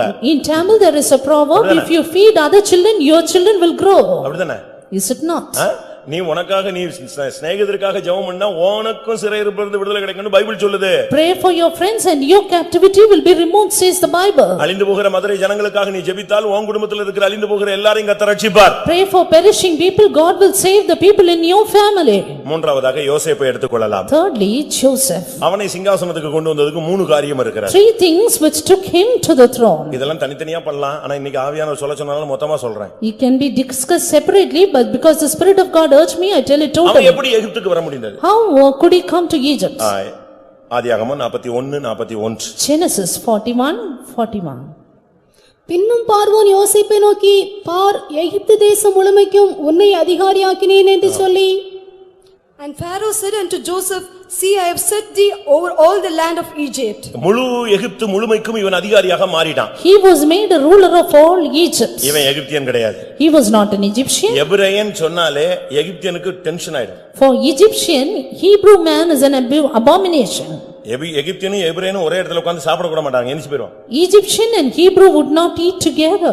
எகிப்தியனை பார்த்தாலே எபிரேயனுக்கு எகிப்தியனுக்கு எபிரேயனை பார்த்தாலே அருவருப்புன்னு பைபிள் சொல்லுது. The word of God says Hebrews are abomination to Egyptians. அவ்வளவு மோசமான ஒரு தன்மையில அதுவும் ஒரு பெண்ணால குற்றஞ்சாட்டப்பட்டு சிறைச்சாலையில கிடந்தவன் எங்க வர்றான்? சிங்காசனத்துக்கு வர்றான். In such a contrary situation, he who was accused by the woman and was placed in the prison now came up to the throne. சிறைச்சாலையிலிருந்து சிங்காசனம். And from the prison to the throne. Bible ஒரு வசனம் உண்டு. There's a word in the Bible. அரசால சிறைச்சாலையிலிருந்து புறப்படுவாரும் உண்டு. வாசிங்க. There are the ones who come from the prison to the throne. அரசால சிறைச்சாலையிலிருந்து புறப்படுவாரும் உண்டு. அரசாள்றதுக்கு சிறைச்சாலையிலிருந்து ஜெயிலிருந்து கூட ஜனங்க வருவாங்களாம். And even people will come from the prison to the throne. அப்ப இது இந்த வசனம் யாருக்குள்ள நிறைவேறிச்சது? And in whom was this verse fulfilled? நிறைவேற்றப்பட்டது யோசேப்பின் வாழ்க்கையில. In the life of Joseph. இவ்வளவு அருமையான ஒரு அனுபவம் எப்படி வந்தது? How did this beautiful experience come? இந்த சிறை என்பதை நான் பாவ சிறைக்கு ஒப்பிடாக சொல்லப் போறது இல்ல. This prison is not compared with the imprisonment of sin. நீ யாருடைய சிறை கைதியாக இருக்கணும்? To whom should you be a prisoner? சகரியா 9:12 வசனம். Zechariah 9:12. சகரியா 9:12. Zechariah 9:12. நம்பிக்கையுடைய சிறைகளே, அரணுக்கு திரும்புங்கள், இரட்டிப்பான நன்மையை தருவேன், இன்றைக்கே தருவேன். Turn you to the stronghold, ye prisoners of hope. Even today do I declare that I will render double into thee. வேதம் என்ன சொல்லுகிறது? What does the word of God say? நம்பிக்கையுடைய சிறைகளே. Ye prisoners of hope. யார் இந்த சிறைகள்? Who are these prisoners? ஆண்டவருடைய அன்பினாலே பிடிபட்டு கைதிகளாக அன்பின் கைதிகளாக இருக்கக்கூடிய ஜனங்கள். These are the prisoners, the people who are made prisoners because of the love of God. இந்த சிறைகள் நம்பிக்கையுடைய சிறைகள். These are prisoners of hope. இவங்களுக்கு என்ன நம்பிக்கை? What hope? இரட்டிப்பான நன்மை கிடைக்கும். That they will get double fold அது blessing. இன்றைக்கே கிடைக்கும். And right today. ஏனென்றால் இவர்கள் பாவத்தின் சிறைச்சாலையில் உள்ளவர்கள் அல்ல. Because they are not in the prison of sin now. இவர்கள் ஆண்டவருடைய அன்பிலே கட்டுண்டவர்கள். But they are bound by the love of God. முதலாவது தேவனுடைய பிள்ளையே, நீ தேவனுடைய ஆவியினால் கட்டுண்டவனாய் இருக்க வேண்டும். First of all, child of God, you need to be bound by the Spirit of God. அப்போஸ்தலர் 20 அதிகாரம் 22ஆம் வசனத்துல பவுல் சொல்லுகிறார், நான் ஆவியிலே கட்டுண்டவனாக கைதியாக நான் எருசலேமுக்கு போகிறேன். Acts 20:22, Saint Paul says, I go bound in the spirit unto Jerusalem. ஆவியிலே கட்டுண்டவனாக கைதியாக நீ போகணும். You should be prisoned by the spirit of God. இந்த சுவிசேஷத்துக்காக நான் பாதகனை போல கட்டப்பட்டிருக்கிறேன். Yes, I am prisoned as a sinner to this gospel. இதுதான் நம்முடைய சிறை. Yes, this is our prison. சுவிசேஷத்துக்காக சிறைப்படுதல், Prisoner for the gospel. ஆவியிலே சிறைப்படுதல். And a prisoner in the spirit. பரிசுத்த ஆவியினுடைய கைதியாக நீ இருக்கணும். You should be a prisoner of the spirit of God. இதுதான் அவனுக்கு நடந்தது. This is what happened here. இவன் சிறைச்சாலைக்கு போனதுக்கு காரணம் என்ன? What is the reason of him going into அது this நீங்க படிச்சு பாத்தீங்கன்னா prison? ஆச்சரியமா இருக்கும். This is really surprising. சம்பந்தம் இல்லாம, No connection at சம்பந்தம் இல்லாத all. இடத்துல, Not only related. சம்பந்தம் இல்லாத ஒரு காரணத்துக்கு வருஷக்கணக்கா சிறைச்சாலையில கிடந்தான். With no related reason, he was in the prison for years. ஆனா அவனுக்குள்ள ஒரு நிச்சயம் இருந்துச்சு. But he had an assurance. எல்லா நட்சத்திரங்களும் விழுந்து வணங்கும், All the stars will fall சூரியன் before வணங்கும், me. Sun will worship. சந்திரன் வணங்கும், Moon will bow down. எல்லா அறிக்கட்டும் ஒரு நாள் விழும். All will fall down at my feet. அந்த தரிசனத்திலே அவன் மாறி போகவில்லை. He did not change in that dream. அதனால இந்த சிறைச்சாலை அவனுக்கு ஒரு சிறைச்சாலையாக இல்ல. Therefore prison was no more a prison. நம்பிக்கையுடைய சிறைகளே, Prisoners of hope, அரணுக்கு திரும்புங்கள். return to the fold. அரண் என்று சொன்னால் நம்முடைய ரட்சிப்பு தான் நம்முடைய அரண்னு ஏசாயா தீர்க்கதரிசி சொல்கிறார். Isaiah the prophet says salvation is our fold. நம்முடைய அரண் தான், நம்முடைய ரட்சிப்பு தான் நம்முடைய அரண். Yes, even our salvation is our stronghold. அப்படிதான் ஏசாயா 26:1 சொல்லுகிறது. Isaiah 26:1 says that. உன்னுடைய ரட்சிப்புக்கு நீ திரும்பி வா.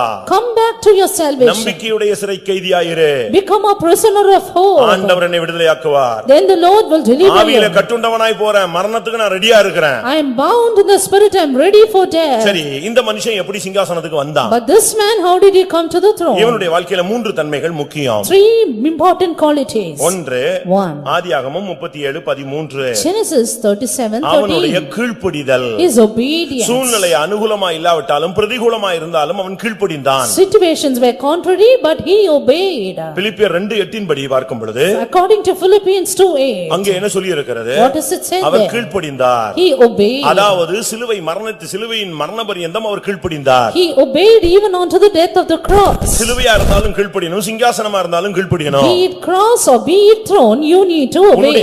அவனுடைய அந்த தகப்பனுக்கு ஃபர்ஸ்ட்ல வீட்ல நல்லா சாப்பிட்டு ஜாலியா அழகா Dress பலவர்ண அங்கி போட்டுட்டு இருந்தவனுக்கு இப்ப தகப்பன் கூப்பிட்டு சொல்றாரு, எப்பா நான் உன்னை உங்க அண்ணன்ட்ட அனுப்புறேன், அண்ணன் மாட்ட போயிட்டு வான், இதோ போகிறேன்னா. அதான் என்னது?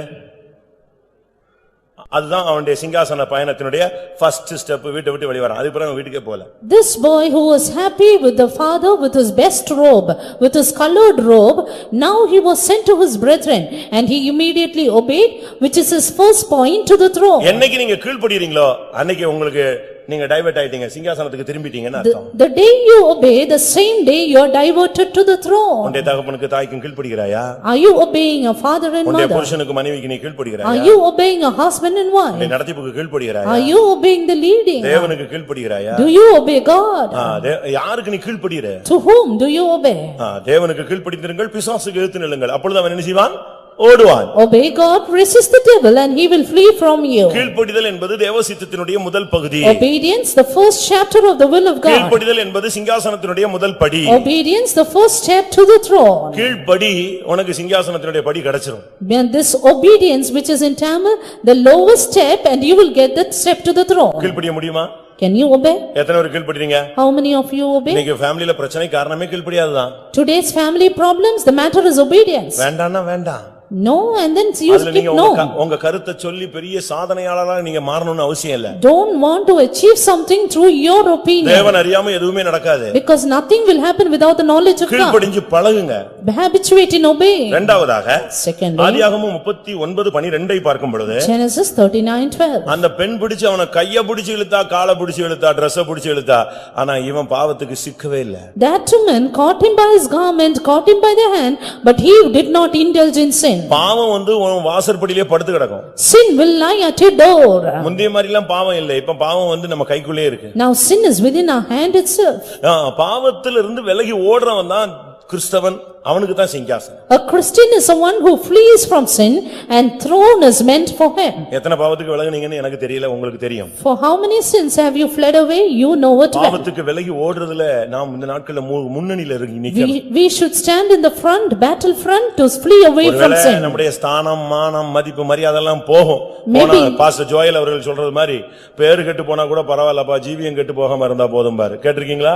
இதெல்லாம் பொன்மொழிகள். Pastor Joel has said, even if your name is getting bad, that doesn't matter, but your life should not get corrupted. முதல்ல பேரு கெட்டு போக கூடாது. First your name should not be corrupted. ஒருவேளை பேரை கெடுத்துருவாங்க. And first of all they'll spoil your name. ஆனா பேரு கெட்டு போனாலும் எது கெட்டு போக கூடாது? ஜீவியம் கெட்டு போக கூடாது. Even if your name is spoiled, your life should not be spoiled. அவனுக்கு பேரு கெட்டு போனது அத பத்தி பரவாயில்ல, வேலை கெட்டு போச்சு அதையும் பத்தி பிரச்சனை இல்ல, சிறைச்சாலையில போட்டாங்க அத பத்தியும் கவலைப்படல. ரைட், அங்க இருந்து தப்பி வந்ததே பெரிய புண்ணியம்னு இருந்தான். Name was spoiled, his job was spoiled and he was cast to the prison, but that was not the matter. அது அவனுடைய புனித தன்மையை காண்பிக்கிறது. This shows his divinity. பரிசுத்தம் இல்லாம சிங்காசனம் கிடைக்கும்னு நினைச்சிராதீங்க. Without purity, no throne. ஏனென்றால் அவருடைய சிங்காசனத்துக்கு பேரே பரிசுத்த சிங்காசனம்னு ஒரு பேர். Because our God's throne is the throne of holiness. அவருடைய சிங்காசனத்துக்கு அப்படி ஒரு பேர் இருக்கு. His throne is called like that. இன்னொரு இடத்துல சொல்லி இருக்கு அவருடைய சிங்காசனம் அக்கினிமயமான சிங்காசனம். In another place, it is his fiery throne. தானியேல்ல சொல்லி இருக்கிறது. In Daniel. நம்ம வெளிப்படுத்தல பாத்தீங்கன்னா வெள்ளை சிங்காசனம் ரொம்ப அழகா இருக்கு. In Revelation, it is white throne. ஆனா தானியேல் அது வெள்ளை சிங்காசனம் சொல்லல. In Daniel, it is not said the white throne. 7ஆம் அதிகாரம் 9ஆம் வசனத்துல சொல்றாரு அவருடைய சிங்காசனம் அக்கினி ஜுவாலை. 7:9 his throne is a fiery throne. பயங்கரமான சிங்காசனம். It was a fiery flame. அது தீ பிடிச்சு எரியும் அந்த சிங்காசனம். It burns with fire. நமக்குள்ள பாவத்தை விட்டு விலகி ஓடினால் அந்த சிங்காசனம் நமக்கும் கிடைக்கும். If we flee away from sin, we will also get the same throne.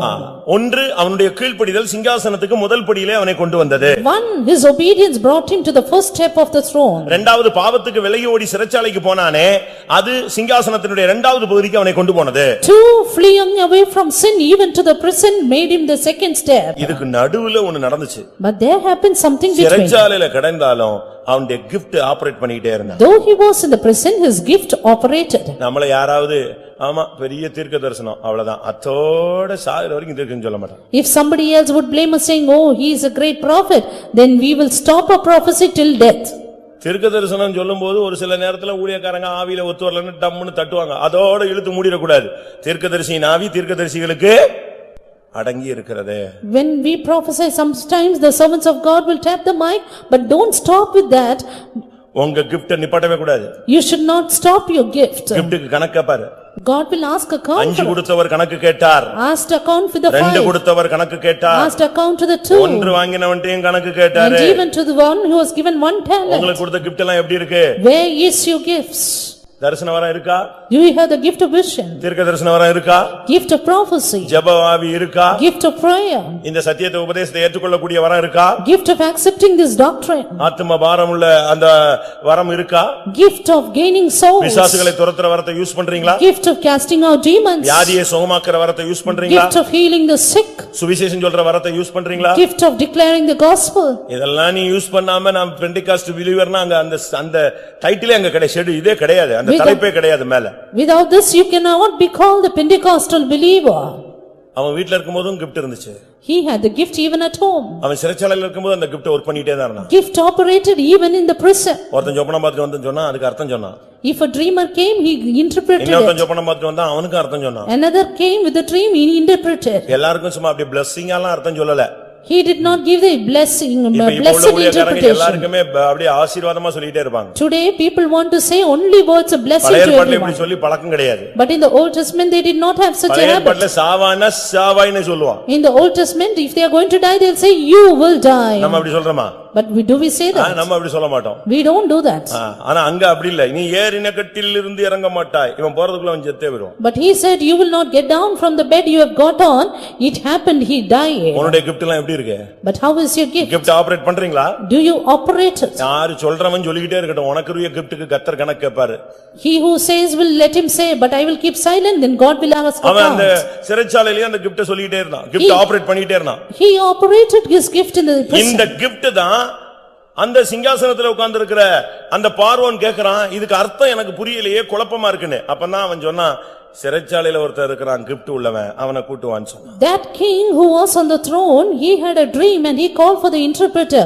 And it is then they brought this man who operated his gift in the prison. கீழ்ப்படிதல் அவனை குழியில் போட்டது. Obedience put him into the pit. பரிசுத்த வாழ்க்கை அவனை சிறைச்சாலையில் போட்டது. Holy life put him into the prison. ஆனால் வரங்கள் அவனை சிங்காசனத்துக்கு கொண்டு போனது. While his gift took him to the throne. எப்படி அவன் அந்த இடத்துக்கு வந்துட்டான் பாத்தீங்களா? How did he come to that spot? ஒருவேளை உனக்கு இந்த பாதை தெரியாது. Maybe you don't know this path. தேவனுடைய வழிகள் ஆராய்ந்து முடியாதவைகள். God's ways are unsearchable. அது ஆச்சரியமானது. It is marvelous. நம்ம மண்டையில புரியாது. We cannot understand with our brain. ஆனா தேவன் உன்னை கரெக்ட்டா கொண்டு போவாரு. But God will take you correctly. உனக்கு குழி பயங்கர வேதனை. You will have pit pain. உனக்கு சிறைச்சாலை அதைவிட மன வேதனை. You will have prison and tormentation. ஆனா உன்னை அழைத்தவர் உண்மையுள்ளவர். But he who called you is அவனை faithful. சிங்காசனத்துக்கு கொண்டு போறதுக்காக கரெக்ட்டா கொண்டு போய் சிங்காசனத்துல உட்கார வச்சார். He properly took him to the throne. நம்பிக்கையுடைய சிறைகளே அரணுக்கு திரும்புங்கள். Prisoners of hope return to the stronghold. கடைசியாக Finally, நெகேமியா 5:14. Nehemiah 5:14. நெகேமியா 5:14. Nehemiah 5:14. நான் யூதா தேசத்திலே அதிபதியாயிருக்கும்படி ராஜாவியாகிய அர்த்தசஷ்டா எனக்கு கற்பித்த நாளாகிய அவருடைய 20ஆம் வருஷம் தொடங்கி அவருடைய 32ஆம் வருஷம் வரைக்கும் இருந்த 12 வருஷ காலமாய் நானும் என் சகோதரரும் Moreover, from the time that I was appointed to be their governor in the land of Judah, from the 20th year even unto the 32nd year of Artaxerxes the king, that is 12 years, and I and my brethren have not eaten the bread of the governor. இதுக்குள்ள ஒன்னு மறைஞ்சிருக்கு. There is something hidden in it. நெகேமியா 12 வருஷம் யூதாவுக்கு அதிபதியாக இருந்தான்னு அதுதான் அதனுடைய சுருக்கம். Nehemiah was a governor of the land of Judah for 15 years. 12 வருஷம் எப்படி இவன் அந்த ஸ்தானத்துல போய் உட்கார்ந்தான்? 12 years he somehow went and took the throne. எப்படி இவனால போக முடிஞ்சது? How could he do that? இவன் என்ன பெரிய அவ்வளவு பெரிய ஆளா? Was he such a great man? நெகேமியா 1ஆம் அதிகாரம் கடைசி வசனத்தினுடைய கடைசி பகுதியில பாத்தீங்கன்னா இவன் ஒரு பான பாத்திரக்காரன். Nehemiah 1, the last verse, he was but a cup bearer. Cup bearer, அதாவது ராஜா தண்ணி வேணும், மது வேணும், திராட்சரசம் வேணும் அப்படின்னா இவர் ஊத்தி கொடுத்து கொண்டு போய் கொடுப்பாரு. குடிச்சு முடிச்சா கப்ப தூக்கிட்டு வரணும். இதுதான் அவனுடைய ஊழியம், வேலை, ஸ்தானம், மானம், மரியாதை எல்லாமே அவ்வளவுதான். If the king says he has to drink wine or water, this man would just bear the cup for the king. That is his regard. ஆனா எப்படி இவன் வந்தான்? But how did he become?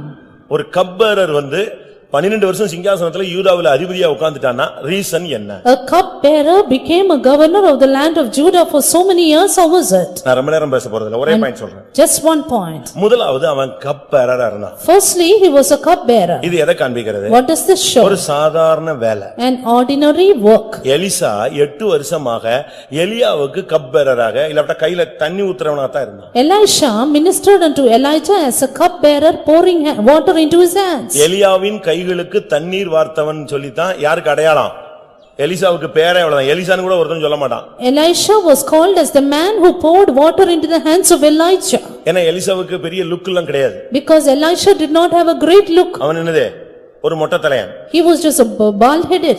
விசுவாசி பிள்ளைகள் எல்லாம் அவனை பரியாசம் பண்ணுவாங்க. And even the believers children would mock him. மொட்டை தலையா ஏறி போனாங்க. Oh bald head, get up, get up. ஆனா 8 வருஷம் இவனுடைய வேலை என்ன தெரியுமா? But 8 years, what was his duty? சாப்பிட தொடங்கும்போது எலியாவுக்கு என்ன செய்வான்? கையில தண்ணி ஊத்துவான். He poured water into the hands of Elijah when he began to eat.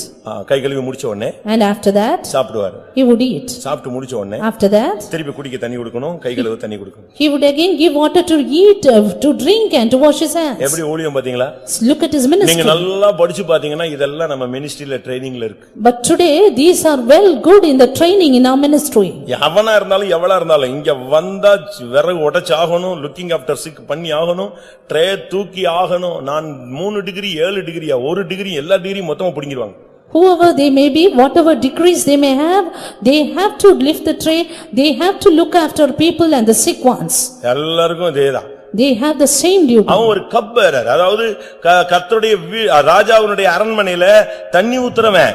ஆனா அவனுக்கு கர்த்தர் 12 வருஷம் சிங்காசனம் கொடுத்தார். Nehemiah was a cup bearer for the king in the palace, but the Lord gave him the throne for 13 years. இது எதை காண்பிக்கிறது? What does this show? பரிசுத்தவான்களுக்கு ஊழியம் செய்வதை காண்பிக்கிறது. Ministering unto the saints.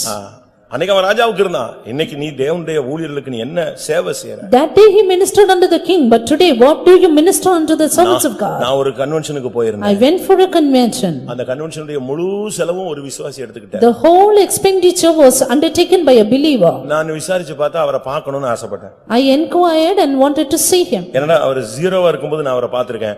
Our multi millionaire ஆன பிறகு நான் பார்க்கல.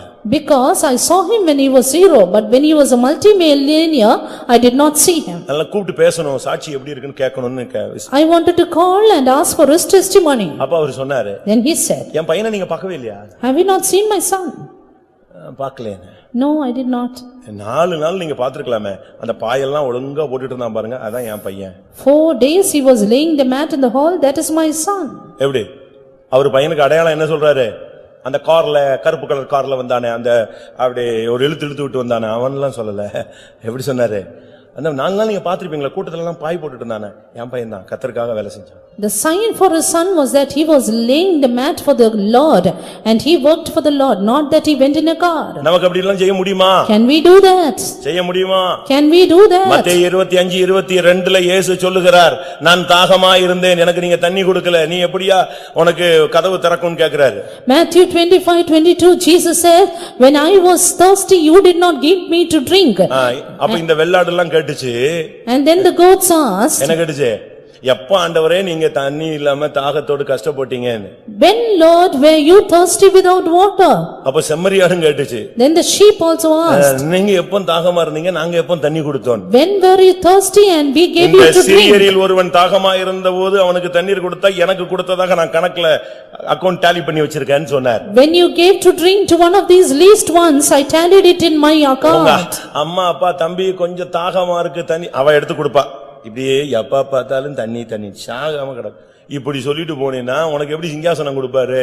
When you neglect those people who ask water from you, then how will God honor you? அந்த அம்மா அப்படின்னு உடனே என்னம்மாங்கணும், ஐயோ இரும ஆரம்பிச்சிருச்சே, எப்ப நிறுத்த போகுதுன்னு தெரியலையே, அப்படி சொல்லக்கூடாது. When that mother starts to cough, then you have to ask what you need, and you should not say when will this stop. தமிழ்ல என்ன சொல்றான்? What will they say in Tamil? ஏவா மக்கள் மூவா மருந்து அப்படின்னு என்ன? ஏவாமலே செயல்படுகிற மக்கள் 3 வகை மருந்துக்கு ஒப்புமையாக இருக்க. நம்ம இப்ப எல்லாம் இங்கிலீஷ்ல இதெல்லாம் தெரியாது, அதனால எல்லாம் இப்போ இங்கிலீஷ் மீடியம், ஒழுங்கா இங்கிலீஷ் மீடியத்தையும் படிக்கல, தமிழ் மீடியம் படிக்கல, ஒழுங்கா மார்க்கும் வாங்கல. People who do things without the compulsion or the force of others, they are like medicine. 500க்கு 150 வாங்கினா கூட கர்த்தர் கொடுத்தார், ஸ்தோத்திரம் ஸ்தோத்திரங்கிறான். அந்த 150க்கு அவனுக்கு தரிக்கணத்தை அடிச்சிருக்கான் ஆண்டவர்ட்ட. அப்படிதான், அப்படிதானே? யோசிச்சு பாருங்க. Think today people are not studying well, they get just 150 out of 500 and they say praise the Lord and sit there. இப்படி கஜினி முகமது ரொம்ப பேர் இருக்காங்க, ஆனாலும் நீங்கள் ஜெயிப்பீர்கள் என்று விசுவாசிக்கிறோம். But still I believe that you will prevail. Ghajini முகமதுன்னு ஒருத்தன் 16 ட்ரிப் ஃபெயில் ஆனான். There was a man called Rajini Mohammed who failed for 14 times. கடைசில தோத்து போய் ஒரு கெபில போய் படுத்துட்டான். Finally he lay down in a cave. இந்தியாவும் வேண்டாம், அதனுடைய ஐஸ்வரியமும் வேண்டாம். I don't want India, I don't want its riches. இத்தனை ட்ரிப் தோத்து போனது போதும். It is enough my failures. அப்படி படுத்திருக்கும்போது when he lay down, ஒரு செலந்தி போச்சான். there was a spider which built its web. போத்தன கீழ சர்றன்னு கீழ வந்துருச்சு. And suddenly it came down. திருப்பி அதிலேயே சரசரன்னு ஏறி போச்சு. Again went up. திருப்பி இப்படி அவன் பாத்துக்கிட்டே இருக்கான். ஒரு 15-20 ட்ரிப் விழுந்து திருப்பி ஏறி போய் கூட கட்டி செட்டில் ஆயிடுச்சு. அப்ப பார்த்தான், இன்னும் ஒரு ட்ரிப் அடிச்சு பாப்போம் நம்ம ஜெயிச்சிரலாம்னு. அடிச்சான், ஜெயித்தான். He saw that it fell down so many times and again built its web, and then he நீயும் சொல்லு, நான் விழுந்தாலும் விழுந்திருப்பேன். And he said, even though I will fall, நான் இருளில் I rise உட்கார்ந்திருந்தாலும் நான் கர்த்தர் எனக்கு வெளிச்சமாய் இருப்பார். Though I sit in darkness, the Lord will be light about me. இவன் ஒரு கப் பேரர், தண்ணி ஊத்துனவன். He was but a cup bearer. ஆண்டவருடைய தண்ணி தாகத்தை தீர்த்தியா? But did you satisfy the யோவான் 4ஆம் அதிகாரத்துல இயேசு சமாரியா ஸ்திரீட்ட கேக்குறார், ஸ்திரீயே தாகத்துக்கு கொஞ்சம் தண்ணி தா. Jesus asked the Samaritan woman, give me water to drink. கேட்டது தண்ணி, அவ பண்ணது ஜாதி பிரசங்கம். He asked for water, but he gave the preaching of the caste. அப்படிதானே? Was it not? கேட்டது தண்ணி, இவ பிரசங்கம் பண்ணது ஜாதியை பத்தி ஒரு கிழிச்சு முடிச்சிட்டாங்க. But preached about caste and distinctions. நான் சமாரியா, நீ யூதன், எப்படி என்கிட்ட தண்ணி கேட்கலாம்? ஜாதியை வச்சு பயங்கர சண்டை. இவர் பார்த்தாரு, கேட்டது தண்ணி, கிடைச்சது சவுக்கடி. I asked for water, but she spoke all that. I asked just for water, but she gave the whip to beat me. ஆனா அவருக்கு ரட்சிப்பு கொடுத்தாரு, அபிஷேகம் கொடுத்தாரு, எல்லாம் கொடுத்தாரு. நானும் பைபிள்ல தேடி பார்த்தேன். இந்த பொண்ணு கடைசி வரைக்கும் தண்ணியே கொடுக்காமலே போயிட்டா. But Jesus gave her salvation, gave her everything that she needed, but she did not give water to drink. இயேசுவின் தாகத்தை தீர்க்கறாயா? I used quenching the thirst of சிறியரில் ஒருவன் Jesus. தாகமா இருந்தபோது தாகத்தை தீர்த்தாயா? And did you quench the thirst of the little ones? பரிசுத்தவான்களுடைய தாகத்துக்கு தண்ணி கொடுத்தியா? Did you quench the thirst of the saints? 1 தீமோத்தேயு 5:10 சொல்லி இருக்கு, பரிசுத்தவான்களுடைய கால்களை கழுவுதல்ங்கற ஒரு ஊழியமே அங்க இருக்கு. 1 Timothy 5:10 says about washing the feet of the saints. சரி, நான் முக்கியமான பகுதிக்கு வர்றேன். Now coming to the important இந்த part. கப்பேரர் எப்படி அங்க வந்தாரு? How did this cupbearer come to the throne? அதனுடைய ரீசன் என்ன? Reason for it. சிறியவன் எப்படி குப்பையில இருந்து மகிமையான சிங்காசனத்துக்கு வர முடியும்? How did the poor from the dust come to the throne புழுதியில of இருந்து glory? குப்பையில இருந்து ஒருத்தன் எப்படி சிங்காசனத்துக்கு வர முடியும்ங்கிறதுக்கு நான் 3 பேரை சொல்லிருக்கேன். நாலாவது நெகேமியா. Fourthly, it is about Nehemiah that I want to tell. எப்படி வந்தான்? How did he come? அவன்கிட்ட திடீர்னு நல்லா இருக்கும்போது ஒருத்தன் வந்து சொன்னா, எருசலேம் இடிஞ்சு கிடக்கு, சுட்டு எரிச்சிட்டாங்கன்னு சொன்னான். அதோட அவன் உட்கார்ந்து ஆள ஆரம்பிச்சிட்டான். Suddenly when he was well, a man came and said, Jerusalem is fallen and it is taken into captivity and burnt with fire. நெகேமியா 1:3-4 வசனங்களை பார்க்கும் பொழுது Nehemiah 1:3 and 4. அதற்கு அவர்கள் சிறையிருப்பில் மீந்திருக்கிறவர்கள் அந்த தேசத்திலே மகா தீங்கையும் நிந்தையும் அனுபவிக்கிறார்கள். எருசலேமின் அலங்கம் இடிபட்டதும் அதன் வாசல்கள் அக்கினியால் சுட்டெரிக்கப்பட்டதுமாய் கிடக்கிறது என்றார்கள். இந்த வார்த்தைகளை கேட்டபோது நான் உட்கார்ந்து அழுது சில நாளாய் துக்கித்து உபவாசித்து மன்றாடி பரலோகத்தின் தேவனை நோக்கி, And they said unto me, the remnant that are left of the captivity there in the province are in great affliction and reproach. The wall of Jerusalem also is broken down, and the gates thereof are burned with fire. And it came to pass when I heard these words, that I sat down and wept, and mourned certain days, and fasted and prayed before the God of heaven. இது அம்மாவையோ அப்பாவையோ வேலையோ மத்தவங்க யாரோ வியாதிப்பட்ட செய்தி கிடையாது. This is not the message of his father or mother or somebody fallen sick. உன் பையன் சரியில்லை, உன் பிள்ளை சரியில்லை, உன் குடும்பம் கேவலமாயிடுச்சு, இந்த சப்ஜெக்ட் கிடையாது. இவனுக்கு கிடைச்ச நியூஸ் எருசலேம் பாழாய் போயிடுச்சு. The news that he received was Jerusalem is taken into captivity. எருசலேம் அலங்கம் இடிபட்டு விட்டது. The wall is broken down. அதெல்லாம் அக்கினியால் சுட்டெரிக்கப்பட்டு விட்டது. Gates are burnt with fire. இத கேட்டதுதான் அழ ஆரம்பிச்சிட்டான். He heard that, he mourned. உபவாசம் போட்டான். He fasted. அவனுக்கு எருசலேம் அதுதான் அவனுடைய ஜீவன். Jerusalem was his life. உங்களுக்கு அந்த எருசலேமை பத்தி என்ன தரிசனம் இருக்குன்னு எனக்கு தெரியல. I don't know what vision you have about Jerusalem. ஒரு ஊழியக்காரனுக்கு சீயோனை பத்தி தரிசனம் என்னைக்கு போதோ அன்னைக்கு தான் ஊழியத்தை விட்டு போவான். The moment a servant of God loses the vision of Zion, he leaves the ministry. எருசலேமை பத்தி பைபிள் என்ன சொல்லுகிறது? What does God say about எருசலேமே Jerusalem? நான் உன்னை மறந்தால் If I forget thee, O N Jerusalem, வலது கை தன் தொழிலை மறப்பதாக. let my right hand forget her cunning. எருசலேமே நான் என்னுடைய முக்கியமான மகிழ்ச்சியையும் உன்னை நான் முக்கியமான மகிழ்ச்சியாய் எடுக்காவிட்டால், If I prefer not Jerusalem about my chief joy, என் நாவு என் மேல்வாயோடு ஒட்டிக்கொள்வதாக ஊமையாய் மாறுவேனாக. let my tongue cleave to the tube of my mouth, let me எருசலேமை become பத்தி என்ன dumb. வைராக்கியம் இருக்குன்னு பாருங்க. Look at his zeal for Jerusalem. ஆண்டவரும் கூட இந்த எருசலேமுக்காக கட்டும் உக்கிரமான வைராக்கியமாய் கொண்டிருக்கிறார். Yes, the Lord is zealous over Jerusalem with great fury. அழுதான். He wept. கண்டினியூவா அழுதான். He mourned. காலையில வேலைக்கு போகணும். He morning go to job. முகத்தெல்லாம் கழுவி பார்த்தான். Washed his face. புறப்பட்டு வந்துட்டான். He came off. இப்ப ராஜாவுக்கு முன்னால வந்து நின்னாச்சு. Now stood before the king. இப்ப தண்ணி கேக்குறார் ராஜா. Now king is asking for water. குடிக்க தண்ணி ஊத்துறான். He poured water. ராஜா பார்த்தான். நேத்து வரைக்கும் நீ நல்லா தானே இருந்த? Yes, till yesterday you were good. உன் முகம் ரொம்ப டிஃபரண்டா இருக்கு. But now your countenance is not but உனக்கு right. வியாதி இல்ல. Are you sick? உன் மனசுல ஏதோ ஒரு துக்கம் இருக்கு. This is but the sorrow of heart. இங்கே உங்களுக்குள்ள எத்தனையோ துக்கம் இருக்கும். Yes, there may be so many grief in them. என்னைக்கோ நடந்ததெல்லாம் தூக்கி குப்பை மாதிரி வச்சுக்கிட்டு ஸ்டோர் பண்ணி எல்லாத்தையும் வச்சுட்டு உட்கார்ந்து காலமெல்லாம் அழுதுகிட்டு இருக்கிற ஒரு பெரிய விசுவாச குடும்பங்கள் கும்பல்களே இருக்கு. There are great groups of believers and their families who cry thinking of their past. ராஜா கேட்டான், உன் முகம் மாறி இருக்கு. But here the king asked, why is இது your வியாதி countenance அல்ல. changed? This is not இது sickness, மன துக்கம். but the sorrow of heart. Reason சொல்லு. What is the reason? அவன் ஆடி போயிட்டான். And he was just surprised. உடனே சொன்னான், He said, எருசலேம் உடைஞ்சு கிடந்து நாசமா கிடக்குங்கும்போது நான் எப்படி இங்க சந்தோஷமா இந்த அரண்மனையில உட்கார்ந்திருக்க முடியும்? Why should not my countenance be sad when the place of my father's sepulchre lieth waste? உன்னுடைய விசுவாசத்தை குறித்து, உன்னுடைய பரிசுத்தத்தை குறித்து, உன்னுடைய சபையை குறித்து உனக்கு என்ன பாரம் இருக்கு? What is your burden regarding your faith, regarding the church and the people of God? உடனே ராஜா கேட்டான், என்ன செய்யணும் நீ எதிர்பார்க்கற? Soon the king asked, what is your request? எவ்வளவு நாள் ஆகும் இதெல்லாம் கிளியர் பண்ணிட்டு வர்றதுக்கு? And how many days to go and clear it off? அவன் சொன்னா இவ்வளவு நாள் ஆகும். And he said, so many days. நான் உன்னையவே சிங்காசனத்துல வைக்கிறேன். And he said, I will keep you to the throne. எத்தனை வருஷம்னாலும் இருந்து நீ அதை கட்டி முடிச்சிட்டு வா. How many years it may be, you build it and finish 12 it. வருஷம் சிங்காசனத்துல உட்கார்ந்ததுக்கு காரணம் எருசலேமை குறித்த ஒரு பாரம். அவனுக்கு தன்னுடைய மனைவி பிள்ளைகள் எல்லாம் உண்டு. 12 years he sat on the throne because of his burden for Jerusalem. True, he had wife and children. இன்னைக்கு எத்தனை பேருக்கு அந்த எருசலேமை குறித்த சபையை குறித்து பவுல் சொல்லுகிறார், சபைகள் எல்லா கவலையும் எனக்கு ரொம்ப இருக்கு, ஆனா அதே நேரத்துல சபையை குறித்த கவலை தான் என்னை அதிகமா நெருக்குது. Saint Paul says, I have many other cares, but the care of all churches, it constraineth me. அது அவர் சொல்றாரு 2 கொரிந்தியர் 11:28 பேசுகிறார். 2 Corinthians 11:28 he says இவை about that. முதலானவைகள் அல்லாமல் எல்லா சபைகளை குறித்த எருசலேமை குறித்த கவலை எனக்கு இருக்கு. Beside those things, the care of all the churches at Jerusalem cometh upon என்னை me. நாள்தோறும் நெருக்குகிறது. It cometh upon me daily. நீ இருக்கிற சபையை பத்தி உனக்கு கவலை இருக்கா? Are you worried about the church you are in? ஊழியக்காரங்களை குறித்து உனக்கு ஒரு பேடன் இருக்கா? Worried about the servants of God?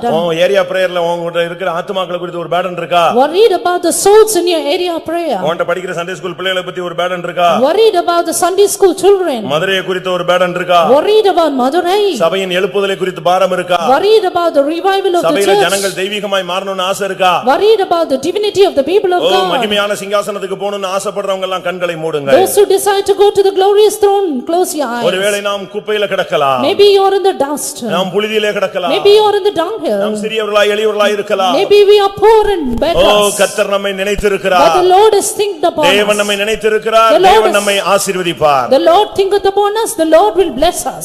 யோசேப்பை தூக்கி கொண்டு வந்தவர். The Lord who brought Joseph. நெகேமியாவை தூக்கி கொண்டு வந்தவர். The Lord who brought Nehemiah. தானியேலை தூக்கி கொண்டு வந்தவர். The Lord who lifted Daniel. மொர்தெகாயை தூக்கி கொண்டு The வந்தவர். Lord who lifted Mordecai. உன்னையும் நேசிக்கிறார். உன்னையும் தூக்கி கொண்டு வந்த அந்த மகிமையான சிங்காசனத்தில் தன்னோடு உட்கார வைத்து அழகு பார்ப்பார். He loves you. He wants you to be seated with his throne and he will look at your beauty. அப்படி விரும்புறவங்க எல்லாரும் கண்களை மூடி முழங்கால் போடுங்க. Those who decide that, close your eyes and be on your knees. இன்னைக்கு கர்த்தர் உன்னிடத்துல தான் பேசி இருக்கிறார். Today the Lord is speaking to you. உன்னிடத்துல தான் சில வல்லமைகள் உனக்கு தகுதி இல்லன்னு பேசிக்கிட்டே இருக்கு. Certain power is speaking, you are not worthy. ஆமா நான் தகுதி இல்லதான்.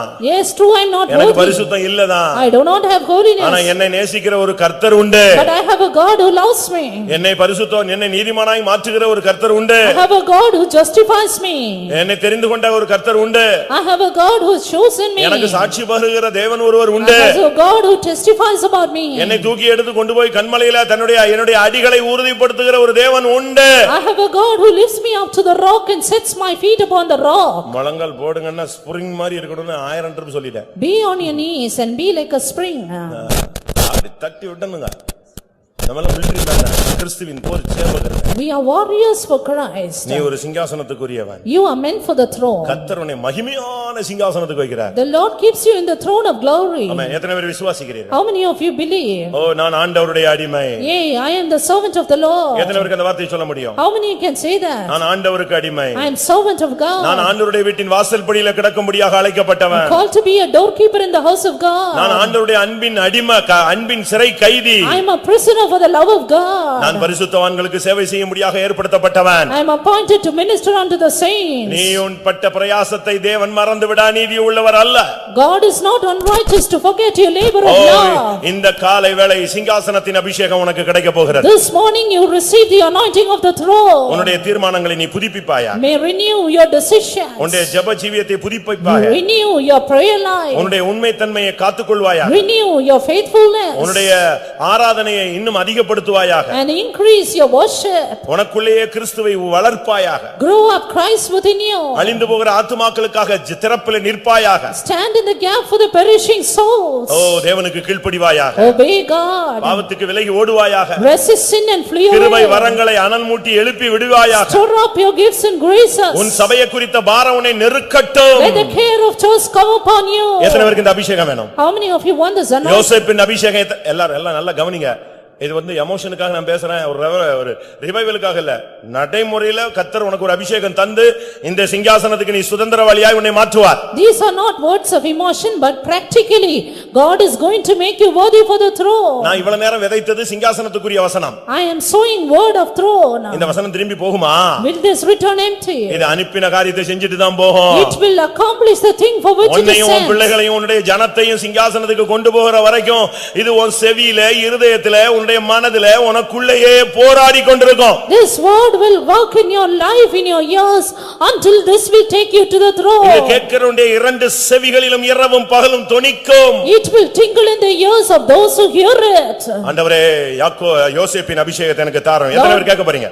Lord, give me the anointing of Joseph. தானியேலின் அபிஷேகம் எத்தனை பேருக்கு தேவை? How many need the anointing of Daniel? மொர்தெகாயின் அபிஷேகம் எத்தனை பேருக்கு How தேவை? many need the anointing of Mordecai? நெகேமியாவின் அபிஷேகம் எத்தனை பேருக்கு How தேவை? many need the anointing of Nehemiah? பிரியமானவர்களே, நெகேமியாவை நடத்தினது ஒரு வழி, Beloved, Nehemiah is staying in one தானியேலை time. நடத்தினது ஒரு வழி, Daniel another way. மொர்தெகாய் நடத்தினது ஒரு வழி, Mordecai another way. யோசேப்பு நடத்தினது ஒரு வழி. Joseph another way. அப்படின்னா என்ன அர்த்தம்? What does that mean? ஒவ்வொரு ஊழியக்காரனையும் ஒவ்வொரு விசுவாசியும் ஒவ்வொரு விதங்களில கர்த்தர் நடத்துவார். முடிவு சிங்காசனம். Every child of God will be led in a particular way, and finally the end is throne. உன்னை இந்த மார்க்கத்துல கொண்டு வரும்போதே உனக்கு ஒரு சிங்காசனத்தை ஆயத்தப்படுத்தியாச்சு. When you are brought to this path itself, God has prepared a throne. இது இப்போ உன்னை அங்க கொண்டு போய் சேர்க்கணும். But now you have to be taken அந்த there. டர்னிங் பாயிண்ட்ல நீ வரணும். You have to come to the turning point. நீ தகப்பனுடைய வீட்டிலே இருந்து விட முடியாது. You cannot remain in your father's நீ house. அடிமையாகவே இருந்து விட முடியாது. You cannot remain a நீ servant. பானபாத்திரக்காரனாகவே இருந்து விட முடியாது. You cannot remain a நீ hypocrite. சிறைச்சாலையிலே இருந்து விட You முடியாது. cannot be in the prison. உன்னை தேவன் அழைத்தவர் சிங்காசனத்துக்கு என்று அழைத்திருக்கிறார். God who has called you for the throne. எனக்கு அந்த சிங்காசனத்துக்குரிய அபிஷேகம் வேணும்னு சொல்றவங்க உங்க வலது கரத்தை உயர்த்துங்க. Those who need the anointing for the throne, lift up your right hand. Time ஆயிருச்சு. 2 நிமிஷம் 3 நிமிஷம் தான். Just நீ அதுக்குன்னு இருந்தீனா உனக்கு அந்த அபிஷேகம் வந்துரும். Just 2 or 3 minutes and that anointing will come upon you. நீ எங்க உட்கார்ந்தாலும் இந்த அபிஷேகம் உன்னை தொடட்டும். Wherever you are, the anointing will touch you. தேவனே, அந்த அபிஷேகத்தினால் என்னை முடி சூட்டும். Lord, crown me with an anointing.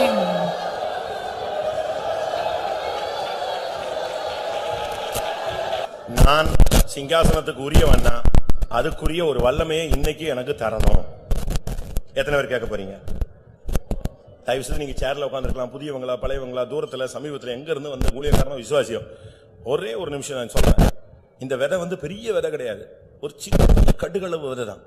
இது விழுந்துட்டா போதும் உனக்குள்ள, அது கரெக்டா வளர்ந்து உன்னை சிங்காசனத்தை கொண்டு போயிடும். ஹல்லேலூயா. அந்த அபிஷேகம் ஒரு டிராப் உன் மேல இறங்கட்டுமே. ஹல்லேலூயா. அந்த சக்தி உனக்கு மேல இறங்கட்டும். தேவன் அந்த வாசற்படியில் காத்திருந்த மொர்தெகாயை மறக்காத தேவன், சிறைச்சாலையிலே வேதனையோடு புலம்பிக் கொண்டிருந்த யோசேப்பை மறவாத தேவன், எருசலேமுக்காக கதறிக் கொண்டிருந்த அந்த பானபாத்திரக்காரனை மறவாத தேவன் உன்னையும் மறக்க மாட்டார். உனக்கு கொடுத்த தரிசனங்கள் வெறுமையாய் போகாது. உனக்கு கொடுத்த வார்த்தைகள் வெறுமையாய் போகாது. உனக்கு கொடுத்த வெளிச்சம் வெறுமையாய் போகாது. அது உன்னை சிங்காசனத்துக்கு கொண்டு போகும். தயவு செய்து நான் கேட்கறது வந்து உங்களுடைய சாதாரண அபிஷேகம் இல்லை. எல்லாருக்கும் நீங்க அபிஷேகம் பெற்றவங்க, கிருபை பெற்றவங்க, நான் அதெல்லாம் நான் ஒண்ணு குறை சொல்லல. ஆனா ஒண்ணு, இவ்வளவு நேரம் தேவனுடைய வார்த்தை கிடைச்சது இல்லையா, அந்த வார்த்தையினுடைய வல்லமை, ஒரு அந்த தண்ணி பட்டு அந்த விதை அப்படியே டப்புன்னு முளைச்சிடும். வெளியே பார்த்தா ஒண்ணுமே தெரியாது, காஞ்சி சருகு மாதிரி கிடக்கும். தண்ணி பட்டுச்சா உடனே அது பிடிச்சு புடுங்கி வெளியே வந்துரும் அந்த முளை. அதுபோல ஒரு அபிஷேகம் வந்துருச்சுன்னா உனக்குள்ள இருக்கிற வசனம் முளைச்சிரும். நீ சிங்காசனத்துக்கு வந்து விடுவாய். அவர் கிருபையினால் நாம் எல்லாரும் அங்கே போய் சேருவோம்.